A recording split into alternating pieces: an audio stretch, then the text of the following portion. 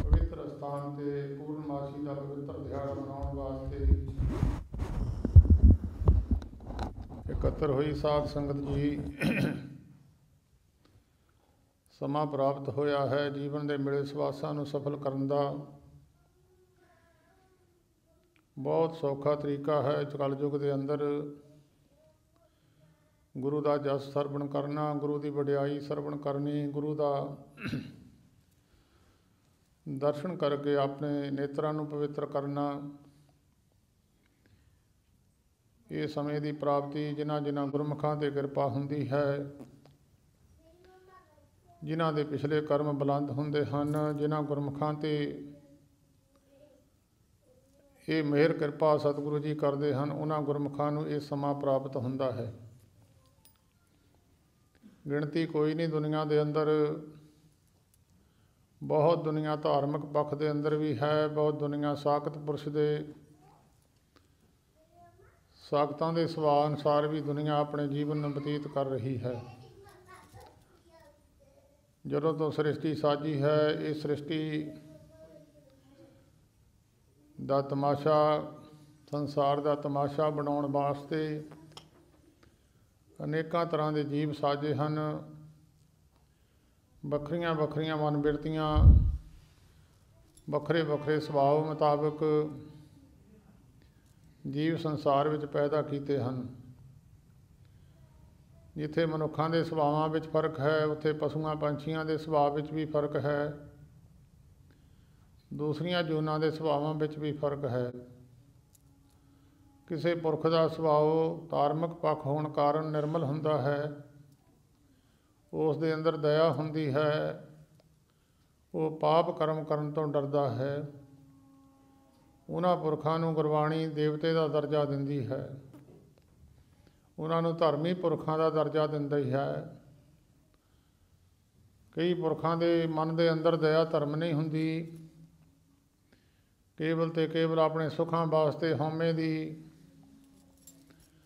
अवस्था प्राप्त करके सागत पुरुषों की, जिन्होंने गुरबाणी सागत पुरुष कहती है, धार्मिक पक्ष तो कोहां को दूर होंदे हन। होली का दिन है, होली का होला महला साहिब गुरु गोबिंद सिंह साहिब जी महाराज ने गुरसिखां नूं भी होली मनाउण वास्ते उपदेश दिता सी। उन्होंने वचन किया सी गुरसिखां नूं, जिहड़े हिंदू त्यौहार मनाउंदे हन तुसीं भी मनाया करो,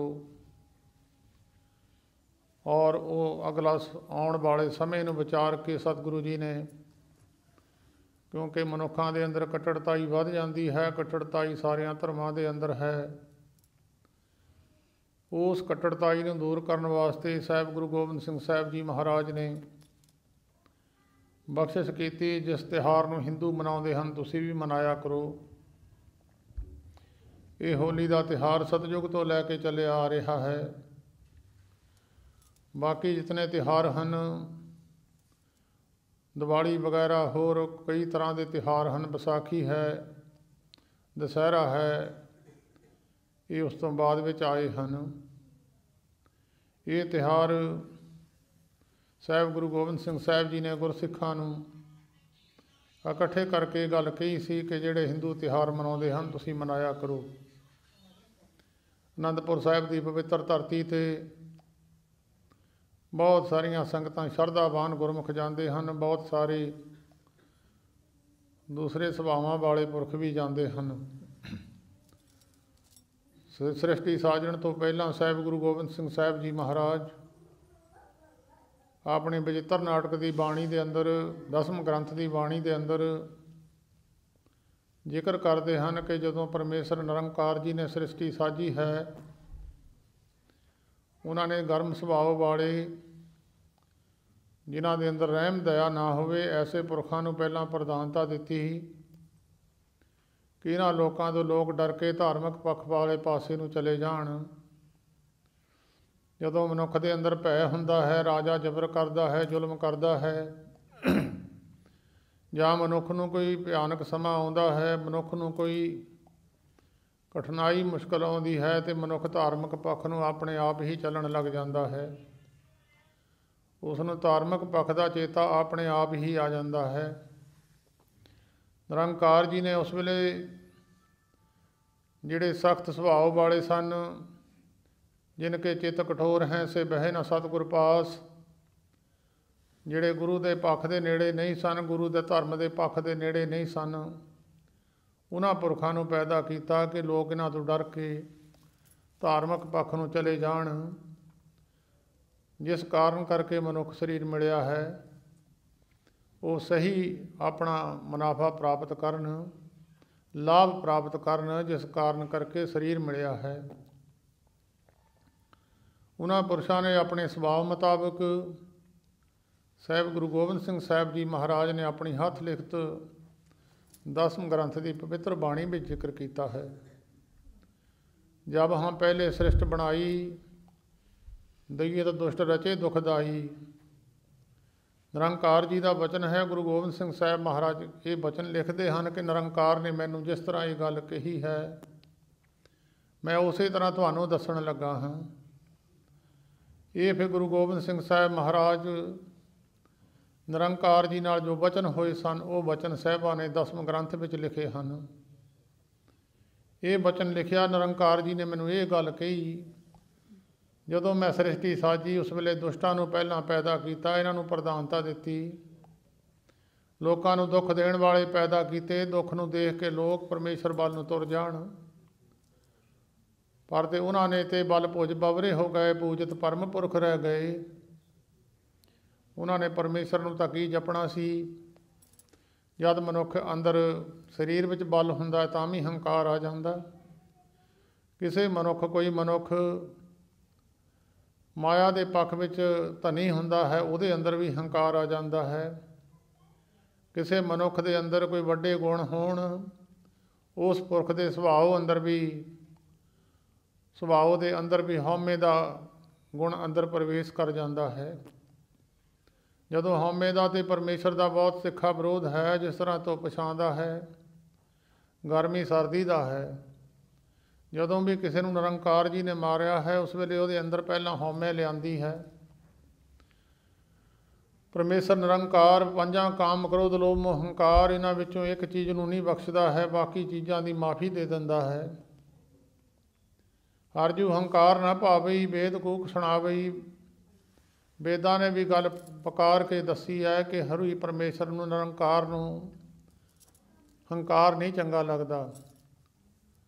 ਨਿਰੰਕਾਰ ਜੀ ਨੇ ਕਿਹਾ ਜਦੋਂ ਮੈਂ ਇਹਨਾਂ ਨੂੰ ਪੈਦਾ ਕੀਤਾ, ਇਹ ਆਪਣੀਆਂ ਬਾਹਾਂ ਦੇ ਜ਼ੋਰ ਦੇ ਵਿੱਚ ਬੌਰੇ ਹੁੰਦੇ ਆ, ਮਸਤਾਨੇ ਹੋ ਗਏ, ਜਿਨ੍ਹਾਂ ਨੂੰ ਪਤਾ ਹੀ ਨਾ ਲੱਗੇ ਕਰਨਾ ਕੀ ਹੈ, ਮੈਂ ਕੀ ਕਰਨ ਆਇਆ ਸੀ, ਕਈ ਕੰਮ ਕਰਨਾ ਕੀ ਸੀ। ਜਦੋਂ ਭੁਲੇਖਾ ਮਨੁੱਖ ਖਾ ਜਾਵੇ, ਮਨੁੱਖ ਨੂੰ ਸੋਝੀ ਨਾ ਰਹੇ, ਉਹਨੂੰ ਕਹਿੰਦੇ ਬੌਰਾ ਹੋ ਗਿਆ।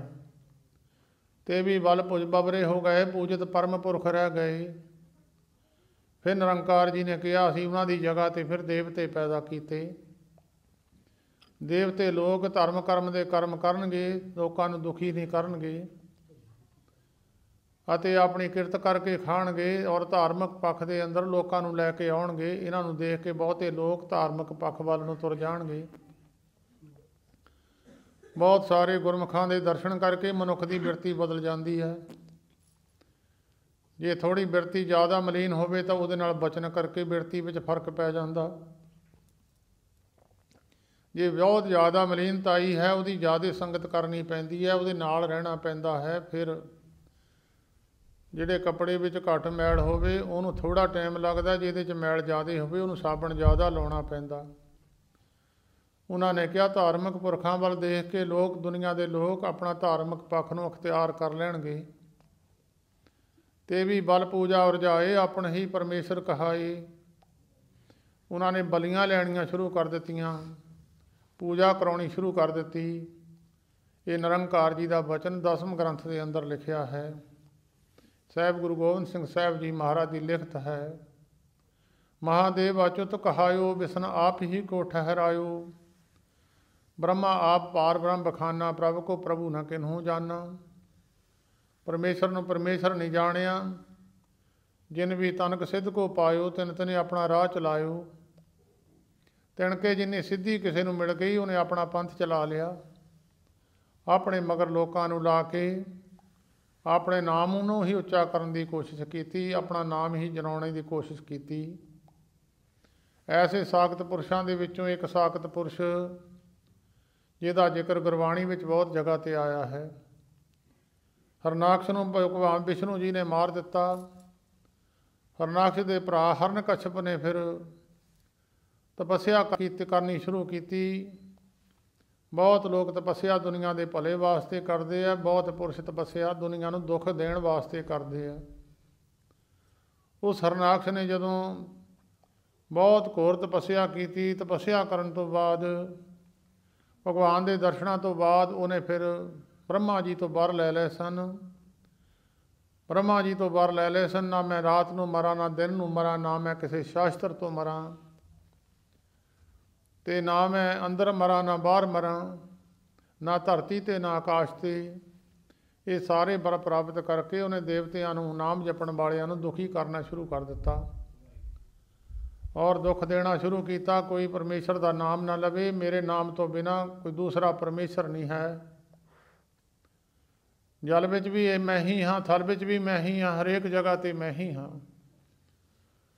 ਇਹਦਾ ਜ਼ਿਕਰ ਗੁਰੂ ਅਮਰਦਾਸ ਮਹਾਰਾਜ ਨੇ ਆਪਣੀ ਪਵਿੱਤਰ ਬਾਣੀ ਵਿੱਚ ਲਿਖਿਆ ਹੈ। ਭਗਤਾਂ ਦੀ ਸਦਾ ਤੂੰ ਰੱਖਦਾ ਹਰ ਜੀਓ, ਤੁਰ ਤੂੰ ਰੱਖਦਾ ਆਇਆ, ਪ੍ਰਹਲਾਦ ਜਨ ਤੂੰ ਦਰਾਖ ਲੈ ਹਰ ਜੀਓ, ਹਰਨਾਕਸ਼ ਮਾਰ ਪਚਾਇਆ। ਮਹਾਰਾਜ ਜੋ ਪਹਿਲਿਆਂ ਯੁੱਗਾਂ ਤੋਂ ਲੈ ਕੇ ਤੁਸੀਂ ਭਗਤਾਂ ਦੀ ਰੱਖਦੇ ਆਏ ਹੋ। ਹਿਰਣਕਸ਼ਪ ਨੂੰ ਮਾਰਿਆ, ਉਹਦੇ ਘਰ ਦੇ ਅੰਦਰ ਹੀ ਐਸਾ ਇੱਕ ਪੁੱਤਰ ਪੈਦਾ ਹੋਇਆ, ਜਿਹੜਾ ਪੁੱਤਰ ਛੋਟਾ 5 ਸਾਲ ਦੀ ਉਮਰ ਸੀ, ਸਕੂਲ ਵਿੱਚ ਪੜ੍ਹਦਾ ਸੀ, ਬੱਚਿਆਂ ਨੂੰ ਪਰਮੇਸ਼ਰ ਦਾ ਨਾਮ ਰਾਮ ਰਾਮ ਸਿਖਾਲਦਾ ਸੀ। ਇਹ ਸੋਝੀ ਉਸ ਨੂੰ ਕਿਸੇ ਇੱਕ ਐਸੇ ਪਰਿਵਾਰ ਤੋਂ ਮਿਲੀ, ਜਿਹੜੇ ਪਰਿਵਾਰ ਬਹੁਤ ਵਿਸ਼ਵਾਸ ਵਾਲੇ ਅਤੇ ਬਹੁਤ ਸ਼ਰਧਾ ਭਗਵਾਨ 'ਤੇ ਰੱਖਣ ਵਾਲੇ, ਜਿਨ੍ਹਾਂ ਨੂੰ ਪਤਾ ਸੀ ਭਗਵਾਨ ਜਰਾ ਜਰੇ ਵਿੱਚ ਵਿਆਪਕ ਹੈ। ਭਗਵਾਨ ਸਰਬ ਵਿਆਪਕ ਹੈ, ਹਰੇਕ ਜਗ੍ਹਾ 'ਤੇ ਹੈ। ਜਿੱਥੇ ਕੋਈ ਮਨੁੱਖ ਨਹੀਂ ਵੀ ਜਾ ਸਕਦਾ, ਉੱਥੇ ਵੀ ਪਰਮੇਸ਼ਰ ਹੈ। ਉਸ ਛੋਟੇ ਜਿਹੇ ਬੱਚੇ ਦੇ ਅੰਦਰ ਐਸੀ ਗੱਲ ਸਮਾ ਗਈ, ਇੱਕ ਐਸੇ ਪਰਿਵਾਰ ਤੋਂ ਗੱਲ ਮਿਲੀ। ਐਸਾ ਕੌਤਕ ਪ੍ਰਹਲਾਦ ਨੇ ਦੇਖਿਆ। ਉਹ ਕੌਤਕ ਨੂੰ ਦੇਖ ਕੇ ਉਹਦੇ ਹਿਰਦੇ 'ਤੇ ਗੱਲ ਬੈਠ ਗਈ। ਜਦੋਂ ਸਾਰੇ ਪਰਮੇਸ਼ਰ ਦੇ ਨਾਮ ਨੂੰ ਜਪਣ ਤੋਂ ਮੁਨਕਰ ਕਰ ਦਿੱਤੇ, ਪਰ ਜਿਨ੍ਹਾਂ ਅੰਦਰ ਪ੍ਰੇਮ ਦੀ ਅੰਸ਼ ਹੁੰਦੀ ਹੈ, ਪ੍ਰੇਮ ਦੀ ਅੰਸ਼ ਮਿਟਦੀ ਨਹੀਂ ਹੈ। ਦੋ ਬੰਦਿਆਂ ਦਾ ਹੀ ਪ੍ਰੇਮ ਹੋਵੇ ਜਾਂ ਜੀਵਾਂ ਦਾ ਕਿਸੇ ਨਾਲ ਪ੍ਰੇਮ ਹੋਵੇ, ਉਹਨਾਂ ਨੂੰ ਪਰੇ ਕਰਨ ਦੀ ਕੋਸ਼ਿਸ਼ ਕਰੋ, ਅੰਦਰੋਂ ਨਹੀਂ ਉਹਨੂੰ ਭੁਲਾਉਂਦੇ। ਸਰੀਰਾਂ ਕਰਕੇ ਭਾਵੇਂ ਇਕੱਠੇ ਹੋਣ ਜਾਂ ਨਾ ਹੋਣ, ਇਹ ਇੱਕ ਪ੍ਰੇਮ ਦੀ ਗੱਲ ਹੈ। ਇਸੇ ਤਰ੍ਹਾਂ ਜਿਨ੍ਹਾਂ ਦਾ ਪ੍ਰਭੂ ਨਾਲ ਪ੍ਰੇਮ ਸੀ, ਉਹ ਲੱਗੇ ਰਹੇ, ਉਹ ਲੁਕ ਛਿਪ ਕੇ ਪੂਜਾ ਕਰਦੇ ਰਹੇ। ਜਿਨ੍ਹਾਂ ਨੂੰ ਪਤਾ ਸੀ ਇਹ ਭਗਵਾਨ ਨਹੀਂ ਹੈ, ਕੇਵਲ ਤੇ ਕੇਵਲ ਨਿਰਾਕਸ਼ ਬਿਰਤੀ ਵਾਲਾ ਪੁਰਖ ਹੈ, ਭਗਵਾਨ ਦੇ ਪੁਰਖਾਂ ਅੰਦਰ ਇਹ ਗੱਲ ਨਹੀਂ ਆਉਂਦੀ, ਉਹ ਤਾਂ ਸਾਰਿਆਂ ਤੋਂ ਨੀਵੇਂ ਹੋ ਜਾਂਦੇ ਆ। ਆਪਸ ਕੋ ਜੋ ਜਾਣੇ ਨੀਚਾ, ਸੋ ਗਨੀਏ ਸਭ ਤੇ ਉੱਚਾ। ਉਹ ਜਿਹੜਾ ਸਾਰਿਆਂ ਤੋਂ ਉੱਚਾ ਬਣਦਾ ਹੈ, ਉਹ ਸਾਰਿਆਂ ਤੋਂ ਨੀਵਾਂ ਹੀ ਹੈ। ਜਿਹੜਾ ਮਨ ਬਿਰਤੀ ਕਰਕੇ ਸਾਰਿਆਂ ਨਾਲੋਂ ਨੀਵਾਂ ਹੈ। ਸਾਹਿਬ ਗੁਰੂ ਗੋਬਿੰਦ ਸਿੰਘ ਸਾਹਿਬ ਮਹਾਰਾਜ ਲਿਖਦੇ, ਹੋ ਸਭਨ ਕੀ ਰੇਣਕਾ। ਗੁਰੂ ਗ੍ਰੰਥ ਸਾਹਿਬ ਜੀ ਮਹਾਰਾਜ ਦਾ ਵਚਨ ਹੈ, ਹੋ ਸਭਨ ਕੀ ਰੇਣਕਾ ਤੋ ਆਓ ਹਮਾਰੇ ਪਾਸ। ਜੇ ਤੋ ਪ੍ਰੇਮ ਖੇਲਣ ਕਾ ਚਾਓ, ਸਿਰ ਤਰ ਤਲੀ ਗਲੀ ਮੋਰੀ ਆਓ। ਜੇ ਪ੍ਰੇਮ ਦੀ ਇੱਛਾ ਹੈ ਤਾਂ ਸਿਰ ਤੇਰੇ ਸਰੀਰ 'ਤੇ ਨਹੀਂ ਲੱਗਾ ਹੋਣਾ ਚਾਹੀਦਾ। ਉਹ ਪੁਰਖ ਫਿਰ ਲੁਕ ਛਿਪ ਕੇ ਭਗਵਾਨ ਨਾਲ ਪ੍ਰੇਮ ਕਰਦੇ ਰਹੇ। ਜਿਹਦਾ ਪਤਾ ਲੱਗ ਜਾਂਦਾ ਸੀ, ਉਹਨੂੰ ਮੌਤ ਦੇ ਘਾਟ ਉਤਾਰ ਦਿੰਦਾ ਸੀ। ਉਹਨੇ ਬੜੇ ਆਪਣੇ ਜ਼ਬਰ ਜ਼ੁਲਮ ਦੇ ਨਾਲ ਆਪਣਾ ਰਾਜ ਕੀਤਾ। ਉਹਦੇ ਘਰ ਇੱਕ ਐਸਾ ਪੁੱਤਰ ਪੈਦਾ ਹੋਇਆ। ਛੋਟੇ ਛੋਟੇ ਬੱਚੇ ਖੇਲਦੇ ਆ। ਜਾਂਦਿਆਂ ਜਾਂਦਿਆਂ ਗਲੀ ਵਿੱਚ ਉਹਨੂੰ ਇੱਕ ਪਾਸੇ ਤੋਂ ਰਾਮ ਰਾਮ ਦੀ ਆਵਾਜ਼ ਆਈ। ਉਹਨੇ ਕੁੰਡਾ ਖੜਕਾਇਆ। ਉਹਨੇ ਕਿਹਾ, ਰਾਮ ਕੌਣ ਹੈ? ਉਹਨਾਂ ਨੇ ਕੁੰਡਾ ਖੋਲ੍ਹਿਆ। ਉਹਨਾਂ ਨੇ ਕਿਹਾ, ਜੀ ਤੁਸੀਂ ਕਿਹਨੂੰ ਜਪਦੇ ਹੋ? ਮੇਰਾ ਪਿਤਾ ਤਾਂ ਕਹਿੰਦਾ ਮੈਂ ਹੀ ਭਗਵਾਨ ਹਾਂ, ਤੁਸੀਂ ਕਿਹਦਾ ਨਾਮ ਲੈਂਦੇ ਹੋ? ਉਹ ਕਹਿੰਦੇ, ਅਸੀਂ ਤਾਂ ਰਾਮ ਨੂੰ ਚੇਤੇ ਕਰਦੇ ਹਾਂ, ਜਿਹੜਾ ਸਰਬ ਵਿਆਪਕ ਹੈ, ਹਰੇਕ ਜੀਵਾਂ ਦੀ ਅਰਦਾਸ ਵੀ ਸੁਣਦਾ ਹੈ, ਹਰੇਕ ਜੀਵ ਨੂੰ ਅੰਦਰ, ਹਰੇਕ ਜੀਵ ਦੇ ਅੰਦਰ ਵੀ ਹੈ, ਸਾਰਿਆਂ ਨੂੰ ਜਾਣਦਾ ਹੈ। ਘਟ ਘਟ ਕੇ ਅੰਤਰ ਕੀ ਜਾਣਤ, ਭਲੇ ਬੁਰੇ ਕੀ ਪੀਰ ਪਛਾਨਤ। ਚੀਂਟੀ ਤੇ ਕੁੰਚਰੇ ਅਸਤੂਲਾ, ਕੀੜੀ ਤੋਂ ਲੈ ਕੇ ਹਾਥੀ ਤੱਕ, ਜਿਹੜੀਆਂ ਚੀਜ਼ਾਂ ਨਾ ਚੱਲਣ ਵਾਲੀਆਂ ਹਨ, ਤੁਰਦੀਆਂ ਫਿਰਦੀਆਂ ਹਨ ਜਾਂ ਨਾ ਚੱਲਣ ਵਾਲੀਆਂ, ਉਹਨਾਂ ਦੇ ਵਿੱਚ ਵੀ ਪਰਮੇਸ਼ਰ ਹੈ। ਉਸਨੇ ਕਿਹਾ ਵੀ ਤੁਸੀਂ ਰਾਮ ਨੂੰ ਕਿਉਂ ਚੇਤੇ ਕਰਦੇ ਆ? ਉਹ ਕਹਿਣ ਲੱਗੇ ਅਸੀਂ ਸਾਡੀ ਜਾਤੀ ਜਿਹੜੀ ਘੁਮਾਰ ਹੁੰਦੇ ਆ, ਅਸੀਂ ਭਾਂਡੇ ਬਣਾ ਕੇ ਰੱਖੇ ਹੋਏ ਸਨ ਅਤੇ ਭਾਂਡਿਆਂ ਨੂੰ ਆਵੇ ਵਿੱਚ ਲਾਇਆ ਹੋਇਆ ਹੈ। ਇੱਕ ਭਾਂਡੇ ਵਿੱਚ ਬਿੱਲੀ ਨੇ ਬੱਚੇ ਲਿਆ ਕੇ ਰੱਖ ਦਿੱਤੇ, ਸਾਨੂੰ ਪਤਾ ਨਹੀਂ ਲੱਗਿਆ, ਭੁਲੇਖੇ ਨਾਲ ਉਹ ਭਾਂਡਾ ਵੀ ਵਿੱਚੇ ਚਿਣ ਹੋ ਗਿਆ। ਅਸੀਂ ਅੱਗ ਦੇ ਬੈਠੇ ਹਾਂ, ਕੱਲ੍ਹ ਦੀ ਅੱਗ ਦਿੱਤੀ ਹੋਈ, ਜਦੋਂ ਸਾਨੂੰ ਪਤਾ ਲੱਗਿਆ ਬਿੱਲੀ ਦੇ ਬੱਚੇ ਵਿੱਚੇ ਚਿਣੇ ਗਏ। ਅਸੀਂ ਤਾਂ ਕੱਲ੍ਹ ਦੀ ਰੋਟੀ ਨਹੀਂ ਖਾਧੀ, ਭਗਵਾਨ ਨੂੰ ਚੇਤੇ ਕਰਦੇ ਹਾਂ, ਮਹਾਰਾਜ ਉਹ ਬੱਚੇ ਬਚਾ ਲਈ, ਇਹਨਾਂ ਦੀ ਰੱਖਿਆ ਕਰੀ, ਤੂੰ ਹਰੇਕ ਜਗ੍ਹਾ 'ਤੇ ਭਗਤਾਂ ਦੀ ਰੱਖਿਆ ਕਰਦਾ, ਜਿੱਥੇ ਕਿੱਥੇ ਕਿਸੇ ਦੀ ਨਹੀਂ ਵੀ ਪਹੁੰਚ ਤੂੰ ਉੱਥੇ ਵੀ ਰੱਖਿਆ ਕਰਦਾ। ਜੇ ਬੱਚੇ ਬਚਾ ਸਕਦਾ ਉਹਨੂੰ ਅੱਗ ਦੇ ਵਿੱਚੋਂ, ਤਾਂ ਭਗਵਾਨ ਹੀ ਬਚਾ ਸਕਦਾ, ਹੋਰ ਕੋਈ ਬਚਾ ਨਹੀਂ ਸਕਦਾ। ਇਹ ਅਸੀਂ ਆਪ ਹੀ ਪਰਸੋਂ ਨੂੰ ਖੋਲ੍ਹਣੀ ਆ, 2 ਦਿਨ ਅੱਗ ਦਿੱਤੀ ਨੂੰ ਹੋ ਗਏ ਆ। ਪ੍ਰਹਲਾਦ ਕਹਿੰਦਾ ਮੈਨੂੰ ਵੀ ਸੱਦ ਲਿਓ, ਜਦੋਂ ਤੁਸੀਂ ਆਪਾ ਖੋਲੋਗੇ ਮੈਨੂੰ ਵੀ ਸੱਦ ਲਿਓ। ਉਹਨਾਂ ਨੇ ਛੋਟੇ ਬੱਚੇ ਨੂੰ ਸੁਨੇਹਾ ਦਿੱਤਾ, ਜਦੋਂ ਆਪ ਹੀ ਖੋਲ੍ਹਣ ਲੱਗੇ ਬੱਚੇ ਨੂੰ ਸੁਨੇਹਾ ਦਿੱਤਾ। ਪ੍ਰਹਲਾਦ ਆ ਕੇ ਖੜਾ ਹੋ ਗਿਆ, ਭਾਂਡੇ ਕੱਢਣ ਲੱਗ ਗਏ। ਲਾਲ ਰੰਗ ਦੇ ਭਾਂਡੇ ਹੋ ਕੇ ਇੱਕ ਪਾਸੇ ਰੱਖੀ ਜਾਂਦੇ ਆ, ਕੱਢ ਕੱਢ ਕੇ ਭਾਂਡੇ ਰੱਖਦੇ, ਇਹ ਨਹੀਂ ਪਤਾ ਕਿੱਥੇ ਰੱਖ ਹੋਇਆ, ਬਿੱਲੀ ਦਾ ਬੱਚਿਆਂ ਵਾਲਾ ਭਾਂਡਾ ਕਿੱਥੇ ਰੱਖਿਆ ਗਿਆ। ਇੱਕ ਸਿਰੇ ਤੋਂ ਆ ਵੀ ਖੋਲ੍ਹੀ ਆ, ਭਾਂਡੇ ਕੱਢੀ ਜਾਂਦੇ ਆ। ਕੱਢਦਿਆਂ ਕੱਢਦਿਆਂ ਇੱਕ ਭਾਂਡਾ ਆਇਆ, ਇੱਕ ਪਾਸੇ ਤੋਂ ਪੱਕਿਆ ਹੋਇਆ, ਇੱਕ ਪਾਸੇ ਤੋਂ ਕੱਚਾ ਹੈ। ਹੌਲੀ ਹੌਲੀ ਨੇੜੇ ਨੇੜੇ ਦੇ ਭਾਂਡੇ ਜਦੋਂ ਚੱਕੇ, ਇੱਕ ਪਾਸੇ ਜਗ੍ਹਾ 'ਤੇ ਭਾਂਡੇ ਕੱਚੇ ਹੀ ਰਹਿ ਗਏ। ਉਹ ਜਿਸ ਵਿੱਚ ਬਿੱਲੀ ਦੇ ਬੱਚੇ ਸਨ, ਉਹ ਭਾਂਡਾ ਨੂੰ ਸੇਕ ਵੀ ਨਹੀਂ ਲੱਗਿਆ, ਬਿੱਲੀ ਦੇ ਬੱਚੇ ਵੀ ਜਿਉਂਦੇ ਬੈਠੇ ਆ। ਉਹ ਪ੍ਰਹਲਾਦ ਦੇ ਮਨ ਦੇ ਅੰਦਰ ਗੱਲ ਖੜ ਗਈ, ਕਹਿੰਦਾ ਦੇਖੋ ਇਹਨਾਂ ਬੱਚਿਆਂ ਬਾਰੇ ਮੇਰੇ ਪਿਤਾ ਨੂੰ ਤਾਂ ਕੁਛ ਵੀ ਨਹੀਂ ਪਤਾ, ਉਹ ਤਾਂ ਇਹਨਾਂ ਬੱਚਿਆਂ ਨੂੰ ਜਾਣਦਾ ਵੀ ਨਹੀਂ ਹੈ, ਉਹ ਤਾਂ ਐਵੇਂ ਹੀ ਭਗਵਾਨ ਬਣ ਗਿਆ, ਭਗਵਾਨ ਨਹੀਂ ਹੈ। ਉਹਦੇ ਅੰਦਰ ਗੱਲ ਬੈਠ ਗਈ, ਇਹ ਰਾਮ ਹੈ ਜਿਹੜਾ ਹਰੇਕ ਸਰਬ ਵਿਆਪਕ ਹੈ, ਹਰੇਕ ਜਗ੍ਹਾ 'ਤੇ ਜੀਵਾਂ ਨੂੰ ਦੇਖਦਾ ਹੈ। ਐਸੀ ਕਰਾਮਾਤ ਦੇਖ ਕੇ, ਐਸਾ ਕੌਤਕ ਦੇਖ ਕੇ ਭਗਵਾਨ ਦਾ ਪ੍ਰਹਲਾਦ ਪਰਮੇਸ਼ਰ ਦਾ ਭਗਤ ਗਿਣਿਆ ਗਿਆ, ਜਿਹਨੂੰ ਗੁਰੂ ਗ੍ਰੰਥ ਸਾਹਿਬ ਵਿੱਚ ਬਹੁਤ ਜਗ੍ਹਾ 'ਤੇ ਜ਼ਿਕਰ ਹੈ ਪ੍ਰਹਲਾਦ ਜੀ ਦਾ। ਉਹਨਾਂ ਦਾ ਪ੍ਰਹਲਾਦ ਜੀ ਦੇ ਜਾ ਕੇ ਜਦੋਂ ਗੱਲ ਬੈਠ ਗਈ, ਸਕੂਲ ਦੇ ਸਾਰੇ ਬੱਚਿਆਂ ਨੂੰ ਰਾਮ ਰਾਮ ਲਿਖਾਉਣਾ ਸ਼ੁਰੂ ਕਰ ਦਿੱਤਾ, ਫੱਟੀ 'ਤੇ ਵੀ ਰਾਮ ਲਿਖਾਉਣਾ ਸ਼ੁਰੂ ਕਰ ਦਿੱਤਾ। ਬੱਚੇ ਸਾਰੇ ਹੀ ਵਿਗਾੜ ਦਿੱਤੇ। ਸੰਡਾ ਮਰਕਾ ਉਹਨੂੰ ਪੜ੍ਹਾਉਣ ਵਾਲਾ ਅਧਿਆਪਕ ਸੀ, ਉਹਨੇ ਜਾ ਕੇ ਸੰਡਾ ਮਰਕਾ ਜਾਏ ਪੁਕਾਰੇ, ਪ੍ਰਹਲਾਦ ਸਭ ਚਾਟੜੇ ਵਿਗਾੜੇ। ਸੰਡਾ ਮਰਕਾ ਨੇ ਕਿਹਾ ਪ੍ਰਹਲਾਦ ਨੇ ਸਾਰੇ ਮੁੰਡਿਆਂ ਨੂੰ ਵਿਗਾੜ ਦਿੱਤਾ, ਰਾਮ ਰਾਮ ਜਪਾਉਂਦਾ ਹੈ। ਬੜੀ ਕੋਸ਼ਿਸ਼ ਕੀਤੀ ਉਹਨੇ ਉਸ ਨੂੰ ਮਾਰਨੇ ਦੀ, ਤੈਨੂੰ ਮੈਂ ਮੌਤ ਦੇ ਘਾਟ ਉਤਾਰ ਦੂੰਗਾ, ਰਾਮ ਨੂੰ ਛੱਡ, ਮੇਰਾ ਦੁਸ਼ਮਣ ਹੈ ਜਿਹਦਾ ਤੂੰ ਨਾਮ ਜਪਦਾ ਹੈ। ਪਰ ਨਹੀਂ ਹਟਿਆ। ਉਹਨੂੰ ਬੜੇ ਤਸੀਹੇ ਦਿੱਤੇ, ਕਦੀ ਪਹਾੜ ਤੋਂ ਸਿੱਟਿਆ, ਕਦੀ ਪਾਣੀ ਵਿੱਚ ਸਿੱਟਿਆ। ਜਾਲੇ ਡੂਬੇ ਤਸਕਰ ਨਹੀਂ ਲੇਵੇ, ਪਾਹੇ ਨਾ ਸਾਕੇ ਜਾਲੇ। ਜਿਹੜੇ ਭਗਤ ਹਨ ਨਾ ਪਾਣੀ ਵਿੱਚ ਡੁੱਬਦੇ ਆ, ਨਾ ਅੱਗ ਉਹਨਾਂ ਨੂੰ ਸਾੜਦੀ ਹੈ। ਅੱਗ ਭੈ ਵਿੱਚ ਖੜੀ ਹੈ ਭਗਵਾਨ ਦੇ, ਅਤੇ ਪਾਣੀ ਵੀ ਭੈ ਵਿੱਚ ਖੜਾ ਹੈ, ਹਵਾ ਵੀ ਭੈ ਵਿੱਚ ਖੜੀ ਹੈ। ਜਦੋਂ ਬਹੁਤ ਕੋਸ਼ਿਸ਼ ਕਰਨ ਤੋਂ ਬਾਅਦ ਪ੍ਰਹਲਾਦ ਦੀ ਭੈਣ, ਜਿਸ ਦਾ ਨਾਮ ਸੀ ਹੋਲਕਾ, ਹੋਲਕਾ ਦੇ ਕੋਲ ਇੱਕ ਚਾਦਰ ਸੀ ਬ੍ਰਹਮਾ ਜੀ ਦੀ ਦਿੱਤੀ ਹੋਈ, ਉਹ ਉੱਪਰ ਲੈ ਲੈਂਦੀ ਸੀ, ਉਹ 'ਤੇ ਅੱਗ ਦਾ ਅਸਰ ਨਹੀਂ ਸੀ ਹੁੰਦਾ। ਉਹਨੇ ਕਿਹਾ ਮੈਂ ਪ੍ਰਹਲਾਦ ਨੂੰ ਅੱਗ ਵਿੱਚ ਲੈ ਕੇ ਬੈਠ ਜਾਂਦੀ, ਮੈਂ ਚਾਦਰ ਜਿਹੜੀ ਆਪਣੇ ਉੱਤੇ ਲੈ ਲੈਣੀ ਹੈ, ਪ੍ਰਹਲਾਦ ਨੂੰ ਬਾਹਰ ਰੱਖ ਲੈਣਾ, ਆਪੇ ਹੀ ਅੱਗ ਨੇ ਸਾੜ ਦੇਣਾ। ਉਹ ਦੋਈ ਆ ਜਿਹੜੀ ਚਾਦਰ ਸੀ ਉੱਪਰ ਲੈ ਕੇ ਪ੍ਰਹਲਾਦ ਨੂੰ ਪੱਟਾਂ ਵਿੱਚ ਬਹਾਲ ਕੇ, ਲੱਕੜੀਆਂ ਦੀ ਚਿਖਾ ਚਿਣ ਕੇ, ਚਿਖਾ ਦੇ ਵਿੱਚ ਹੋਲਕਾ ਬੈਠ ਗਈ ਪ੍ਰਹਲਾਦ ਨੂੰ ਲੈ ਕੇ। ਦੇਖੋ ਕਿੰਨੀ ਨਿਰਦੈ, ਇੱਕ ਬੱਚੇ ਨੂੰ ਲੈ ਕੇ ਅੱਗ ਵਿੱਚ ਬੈਠ ਜਾਣਾ, ਉਹਨੂੰ ਸਾੜਨ ਵਾਸਤੇ ਯਤਨ ਕਰਨਾ। ਔਰ ਐਸੀ ਕਿਰਪਾ ਭਗਵਾਨ ਦੀ ਹੋਈ, ਉਹ ਜਿਹੜਾ ਚਾਦਰ ਸੀ ਉੜ ਕੇ ਪ੍ਰਹਲਾਦ ਦੇ ਉੱਤੇ ਡਿੱਗ ਗਈ ਅਤੇ ਹੋਲਕਾ ਸੜ ਗਈ। ਉਹਦੇ ਸੜਨ ਤੋਂ ਬਾਅਦ ਜਿਹੜੇ ਉਹਦੇ ਪੱਖੀ ਸਨ, ਹਰਨਾਕਸ਼ ਦੇ ਪੱਖੀ ਸਨ, ਹਰਨਕਸ਼ਪ ਦੇ ਜਾਂ ਹੋਲਕਾ ਦੇ ਪੱਖੀ ਸਨ, ਉਹਨਾਂ ਨੇ ਬਹੁਤ ਜ਼ਿਆਦਾ ਇਸ ਗੱਲ ਦਾ ਦੁੱਖ ਮਨਾਇਆ। ਦੁੱਖ ਮਨਾਉਣ ਤੋਂ ਬਾਅਦ ਉਹਨਾਂ ਨੇ ਇੱਕ ਦੂਜੇ ਦੇ ਸਿਰ ਦੇ ਉੱਤੇ ਮਿੱਟੀ ਸਿੱਟੀ ਆ, ਗੰਧ ਸਿੱਟਿਆ ਹੈ, ਬੜਾ ਦੁੱਖ ਮਨਾਇਆ। ਜਦੋਂ ਬੰਦਾ ਬਹੁਤ ਦੁਖੀ ਹੁੰਦਾ, ਕਈ ਸਿਰ 'ਚ ਮਿੱਟੀ ਪਾਉਣ ਲੱਗ ਜਾਂਦੇ ਆ, ਇੱਕ ਦੂਜੇ 'ਤੇ ਮਿੱਟੀ ਸਿੱਟਣ ਲੱਗ ਜਾਂਦੇ। ਅੱਜ ਵੀ ਬਹੁਤ ਲੋਕ ਮਿੱਟੀ ਸਿੱਟਦੇ ਆ ਇੱਕ ਦੂਜੇ 'ਤੇ, ਗੰਦ ਮੰਦ ਸਿੱਟਦੇ ਆ। ਉਹਦਾ ਮਤਲਬ ਹੈ ਕਿ ਦੁਖੀ ਬੰਦੇ ਹਨ ਇਹ ਬਹੁਤ ਜ਼ਿਆਦਾ। ਹੋਲਕਾ ਦੇ ਪੱਖੀ ਜਿਹੜੇ ਰਾਖਸ਼ਾਂ ਦੇ ਪੱਖੀ ਸਨ, ਇਹ ਗੰਦਮੰਦ ਅੱਜ ਵੀ ਬਹੁਤ ਲੋਕ ਇੱਕ ਦੂਜੇ 'ਤੇ ਸਿੱਟਦੇ ਆ। ਜਿਹੜੇ ਪ੍ਰਹਲਾਦ ਦੇ ਪੱਖੀ ਸਨ, ਦੇਵਤਿਆਂ ਨੇ ਫੁੱਲਾਂ ਦੀ ਵਰਖਾ ਕੀਤੀ। ਭਗਵਾਨ ਪ੍ਰਗਟ ਹੋਏ ਆ। ਭਗਵਾਨ ਇੱਕ ਥੰਮ ਹਾਲੇ ਵੀ ਮਲਤਾਨ ਦੀ ਧਰਤੀ 'ਤੇ ਪਿਆ ਹੈ, ਜਿੱਥੇ ਮਲਤਾਨ ਦੀ ਧਰਤੀ ਦੇ ਉੱਤੇ ਜਿੱਥੇ ਹਿਰਣਕਸ਼ਪ ਨੇ ਰਾਜ ਕੀਤਾ ਹੈ, ਉੱਥੇ ਇੱਕ ਥੰਮ ਨੂੰ ਬਣਾ ਕੇ, ਲੋਹੇ ਦਾ ਥੰਮ ਹੈ, ਪਤਾ ਨਹੀਂ ਕਿਹੜੀ ਧਾਤ ਦਾ ਹੈ, ਉਸ ਥੰਮ ਦੇ ਜੱਫੀ ਪਾਉਣ ਵਾਸਤੇ ਪ੍ਰਹਲਾਦ ਨੂੰ ਕਿਹਾ, ਇਹਨੂੰ ਜੱਫੀ ਪਾ, ਨਹੀਂ ਤਾਂ ਤੈਨੂੰ ਮੌਤ ਦੇ ਘਾਟ ਉਤਾਰ ਦਿੱਤਾ ਜਾਵੇਗਾ। ਸਾਰੀ ਦੁਨੀਆ ਖੜੀ ਦੇਖਦੀ ਹੈ। ਛੋਟਾ ਜਿਹਾ ਬੱਚਾ 5 ਸਾਲ ਦਾ, ਲਾਲ ਕੀਤਾ ਹੋਇਆ ਲੋਹੇ ਦਾ ਇੱਕ ਬੜਾ ਥੰਮ ਹੈ।